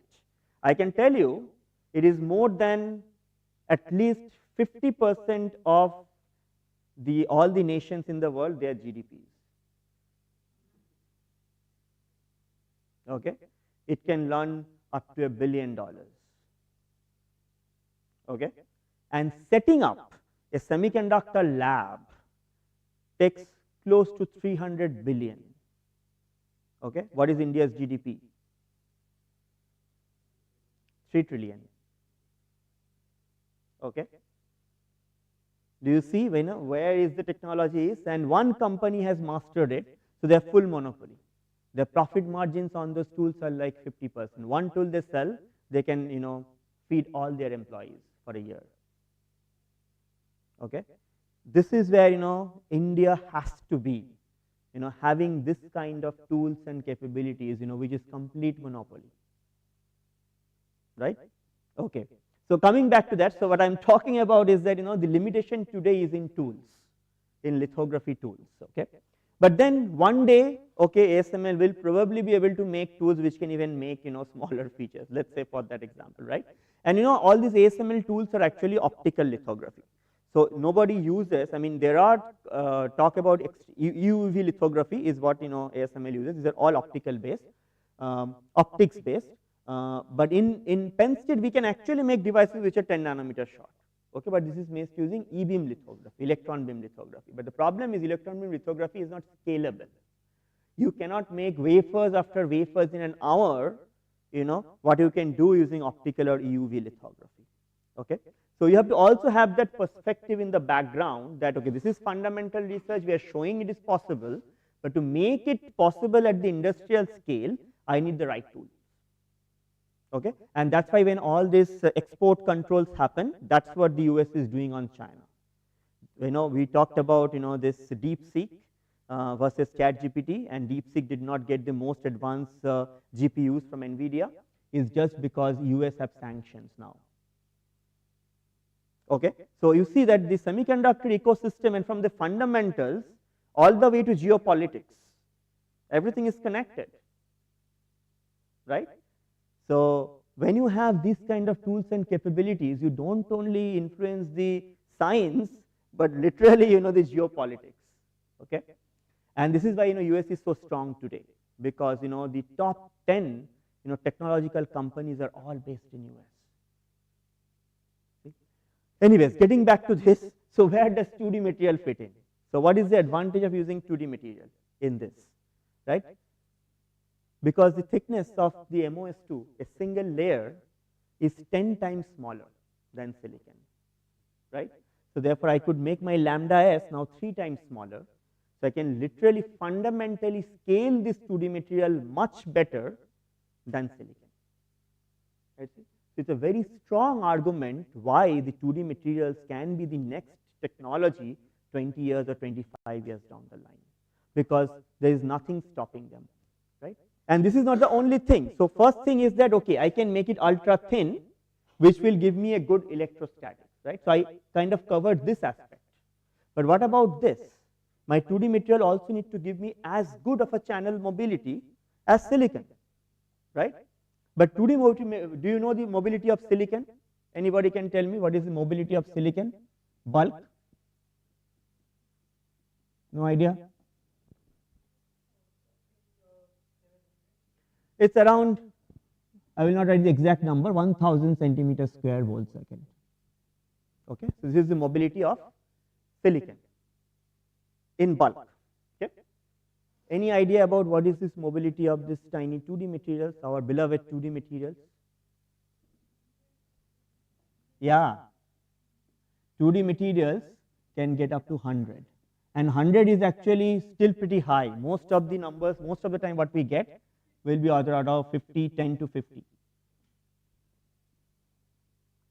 So now it is 20 times worse than silicon. So should we use it? Yeah, it can be thin, but what's the point of using a thin material which is so much worse than silicon? It can give me better electrostatics, but it cannot carry current. So then should we use 2D materials? What do you think? Huh? You see, silicon is so mature. Processing is so much easier with silicon. If you want to introduce a new,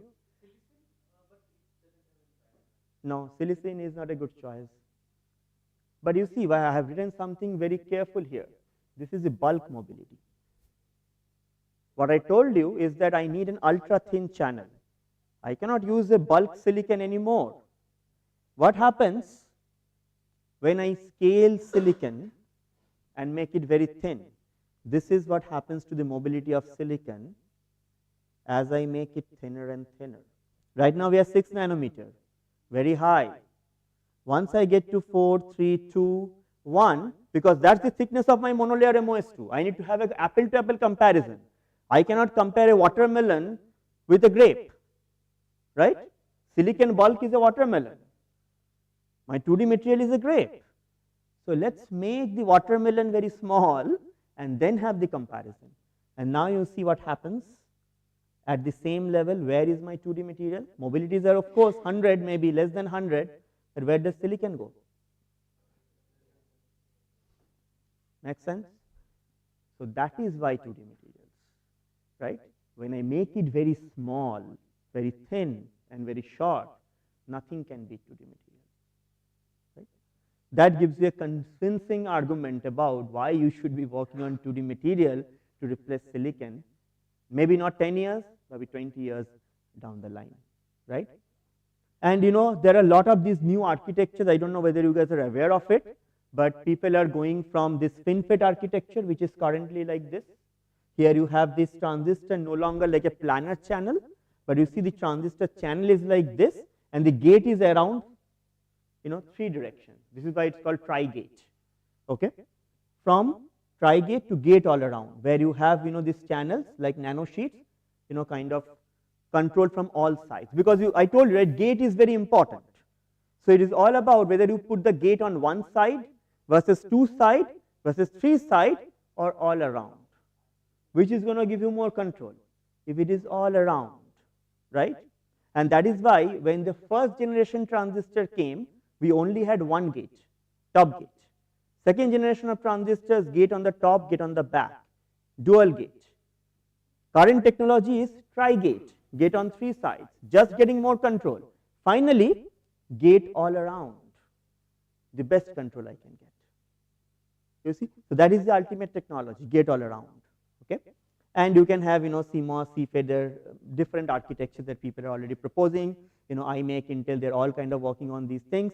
But at the end of the day, you see that you will have these kind of nano sheets channel, you know, wrapped by the gate, and you want to make this channel as small as possible, because then you can fit more channels as well.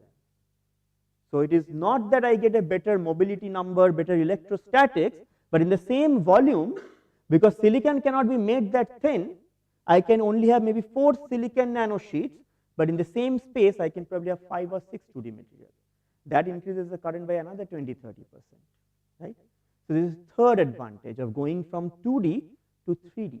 And this is something we'll again discuss towards the end of the course, right? What is the advantage of 3D integration? Here it is literally stacking nano sheets on top of each other just to get better performance. Make sense? So here also 2D materials can outperform silicon, right? So 3 critical pieces we talked about, right? So can you remind me what are the 3 reasons that we are kind of using 2D materials? If I want to summarize. No, high K doesn't come from the 2D material, right? We need an high K dielectric to better control the 2D channel. And what we spoke about is that the 2D channel is much better or easier to control because it is very thin. Anything very thin can be controlled better. So for a gate all around geometry, we'll have the best control of the 2D material. That is one. Number 2 is that it will also give me the highest mobility, right? Mobility is going to be better. So it will conduct better. And number 3, I can have more of these compared to silicon, right? So these kind of combined together makes 2D material such an interesting technology, and this is why, yes. Very difficult to fabricate. I will tell you that only industry can do it. This is what our belief was. You know, some of my students came to me and told me that, can we start looking into this? We can in Penn State, but it will be extremely expensive to make this kind of structure. So industry can do it. But then to our utter surprise, you know, just yesterday, we saw a paper came out of China who demonstrated gate all around geometry with 2D materials. Yeah, I mean, what I'm saying is that they're also going ahead of the United States, okay? It's a huge competition right now.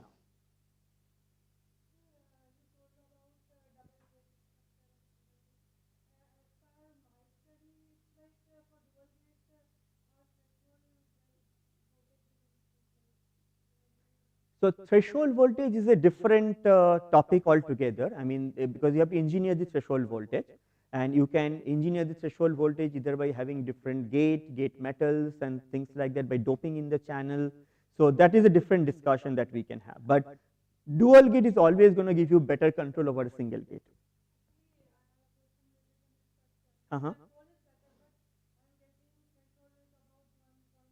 Okay, we can talk about it. I mean, if you want to show me some of your simulation, I can take a look at it and then we can discuss about that. Yes, yeah.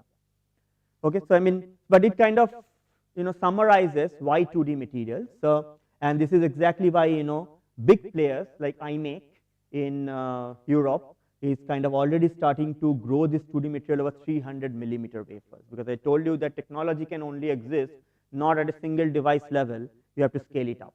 That's what iMake is looking into, and you can see when these kind of players become interested, it is serious business. It is no longer just our inquisitiveness that we want to simply study a material and then forget about it after writing one paper, right? The same with Intel, right? Intel has already kind of demonstrated in last year's IEDM. I was there, where the next transistors 2D material has a real decent chance. The same with TSMC, right? So these are the major players. I mean, we only have like 3 foundries today, right? I mean, TSMC, Intel, and Samsung, and all of them are actually looking into 2D material as the next frontier of transistor technology, right? And you can see that I have put this slide. This is from one of our review paper, that that is the evolution of silicon technology. Started in 1959, right? And today we are at sub 1 nanometer kind of nodes in terms of the scaling of the oxides and things like that. But look at the 2D material, 2011 to 2024, right? I mean, just 12, 13 years, it has been a huge progress. And this is all about Moore, because we keep hearing about Moore's law is dead, we cannot make transistor scale anymore, right? Moore's law is not dead at all. I mean, you can reinstate Moore's law, and I will talk about that in the 3D integration aspect. But you can see that the 2D material has done an amazing progress, and it is just not, I mean, this is just the electronic aspect that we spoke about. 2D materials are used for sensing, for energy harvesting, communication, processing. So it can be also used for more than more. And this is going to be, we will probably spend at least like 7-8 lectures on sensing and processing neuromorphic computing using 2D materials, right? So it is just not transistors, but also new functionalities, right? That also the 2D materials offer. So I could add a 4th point, right? 3 points for making it better than silicon and getting all the logic devices more, but then add functionalities, because silicon, we hardly use it for chemosensor or photodetectors are there, of course, touch sensors, biosensors, right? This is not something that the 2D, silicon does, or even for that example, energy harvesting, energy storage, silicon is not really used, but 2D can also kind of cater to that space, right?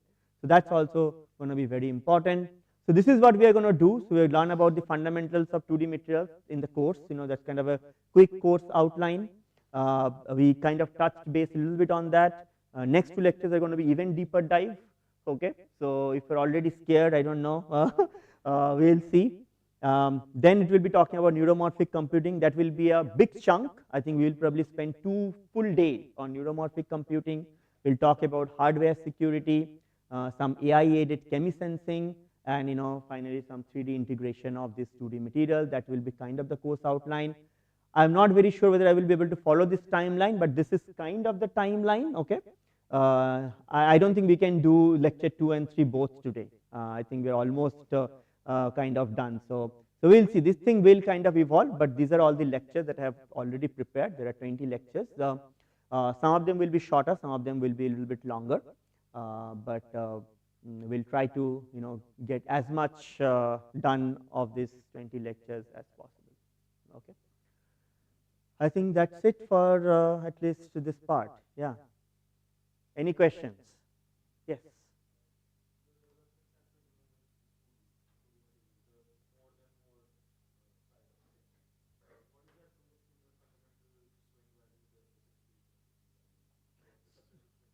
That's a very good question, that what are we talking about in steep slope transistors. I have dedicated 1 lecture. So lecture 17, where I introduce this straintronic FET using 2D material. I will try to give you an overview of what has happened in that space, of how do we get to less than 60 millivolts per decade. What are the existing technologies? There are not too many options left there. Okay, so people have probably almost stopped talking about steep slope transistors, but that lecture 17, You can see it kind of stands out in a different color. I have one lecture on that. Yes.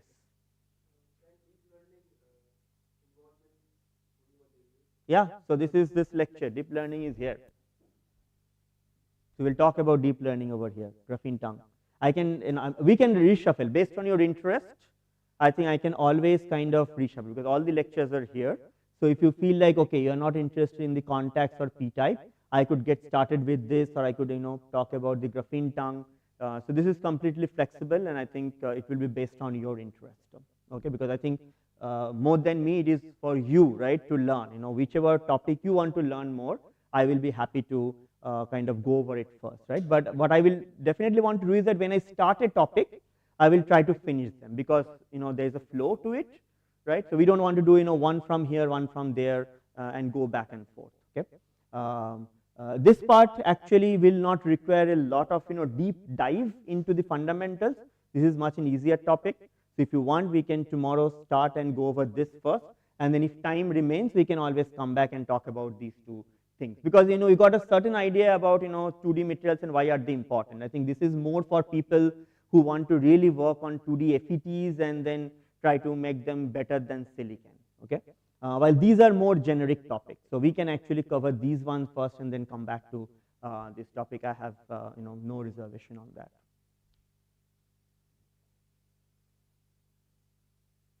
Okay, so what do you guys want? You tell me.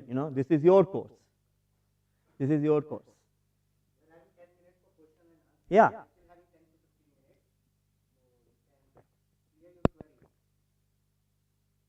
Yeah, absolutely. And I think eventually we'll probably upload all the lectures anyways, right? I mean the PDF version of these lectures, all the lectures will be there. So we will not be missing the material. Let's say even if we cannot cover it during our schedule, these lectures will still be available, right, in terms of the PDF format. Yes.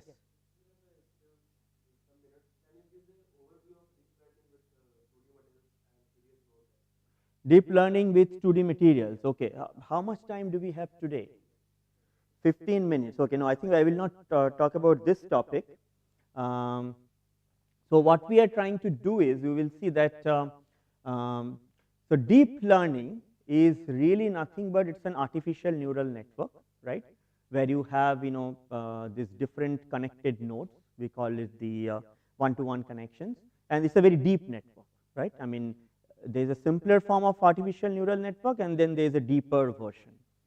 So right now, most of these deep neural networks are working with all these GPUs and stuff. And what happens is that these are not really a real replica of how the brain works. So it consumes a lot more energy, right, than what the brain does, right? So brain only consumes probably just a light bulb energy to do the same task, like in image recognition, right? You see your friend, you can recognize, oh, this is Ankit, let's say, for example. But if you if you ask the same thing for the machine to do, it will be able to do that now with the facial recognition, but it consumes a huge amount of power. And we are going to see that how we can design our devices better in order to make these deep learning more energy efficient. Right? That will be one aspect of it. Make sense? Right? And then we'll also talk about some of the practical limitation of using some of the nanomaterial is that there's a lot of variation. When I make it today versus tomorrow versus 1 year later, the material is slightly different because not everything is optimized. We are not making it in an industry where everything is under control. And that therefore makes a device which also changes its response based on whether I make it today or whether I measure it tomorrow, right? And these are critical challenges that we cannot otherwise solve, but with the help of deep learning, we can mitigate these challenges.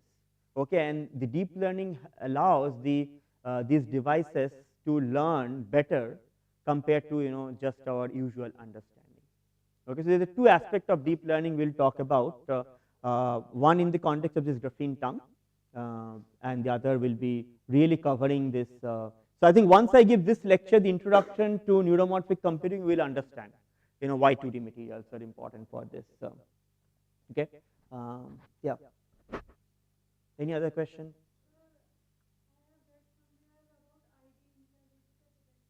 Mm-hmm. Hmm? You can, but interdigitated electrodes are going to make the device pretty large. Okay, because the interdigital structures are generally good for sensing application, where you are really looking for more surface area for the sensing. But for transistor, we are trying to make things very small. You remember in all our kind of today's lecture was about how can we make it very small. It's very difficult to do things like that for transistor technology, but good for sensing. Yeah, you can buy. Yes, yes. Yeah, well, I think I have to come out with the names. I don't know in India actually. I mean, in US, I mean, there's a lot of companies who kind of design this kind of things, and we just order it.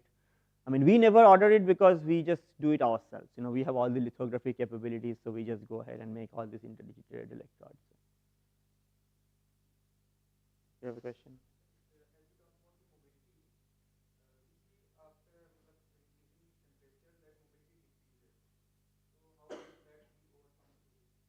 Well, with increasing temperature, the mobility does decrease, and that is going to be true both for silicon as well as for 2D material, right? So there is no drawback as such of using 2D material over silicon, because the mobility generally goes down because of the lattice vibration and the phonon scattering. The mobility generally tends to go down, and that's normal. I mean, there is something that is like written in, right?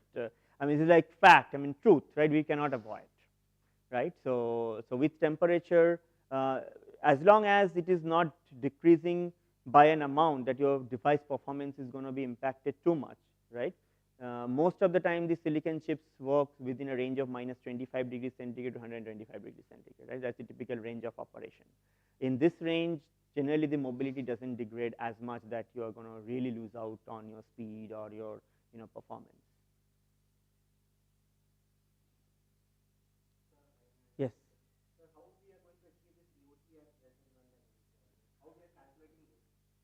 So the EOT, the effective oxide thickness, is calculated.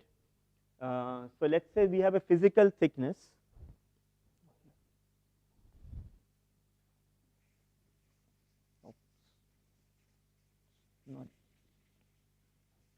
Okay, maybe I will go the other side. No, I think it is just this duster is not as good. Okay, so I mean, the effective oxide thickness is given a physical thickness. Let's say I take any material, and the thickness of that material is Tm. Okay, so that is the physical thickness. I make it, let's say, 20 nanometer, and I wanted to know what is the EOT, which is the effective oxide thickness. What is the equivalent thickness of silicon, which will give me the same capacitive strength. Make sense? So now, if I want to calculate the capacitance of this material, unknown material, what will be? It will be the whatever is the dielectric constant of this material by the thickness, right?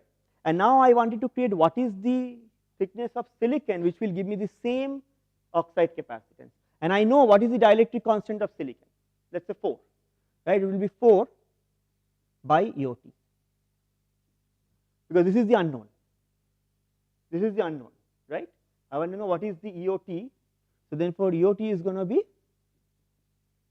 4 times the thickness of the material by EM, right? So that is the physical thickness of the material. This is the dielectric constant of the material. Got it, right? So for hafnia, or let's say for example, I don't know, zirconia, right? You can find out, knowing that the epsilon for zirconia is 40 nanometer, 40 is 40. What Tm I will need in order to get an EOT of 1 nanometer?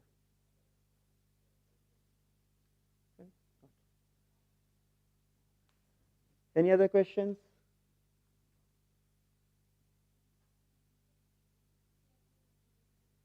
Okay, I guess then we can end. Okay. If you are not having any queries, then we are ending that today's lecture session. Okay. So now we will proceed for the lunch, and from 2:15 we are having a lab session. That is within the Department of Physics. I hope you all have got the schedule. The schedule you can check. We are having a lab session from, we will start from 2 or 2:15 in the Department of just sit in front of the JJ building only. So we all will meet together here, and I will take you in the Department of Physics. Okay, is that clear to all of you? Who will gather here? Finish your lunch here. We are giving you lunch here. The lunch will arrive in 10 minutes because of the traffic jam. It was I see. okay. So lunch will arrive in 10 minutes. We will finish the lunch. You all will be here. I think he will help you. You will help him for the Department of Physics. You are from Physics only. Okay. So you please help all the participants. We are looking at the lab or Pratima lab. You all will gather there and we will have lab session there. Okay. You all can contact him for the Department of Physics. Is that clear to all of you? Fine. So just wait for 10 minutes. Lunch will be there. Just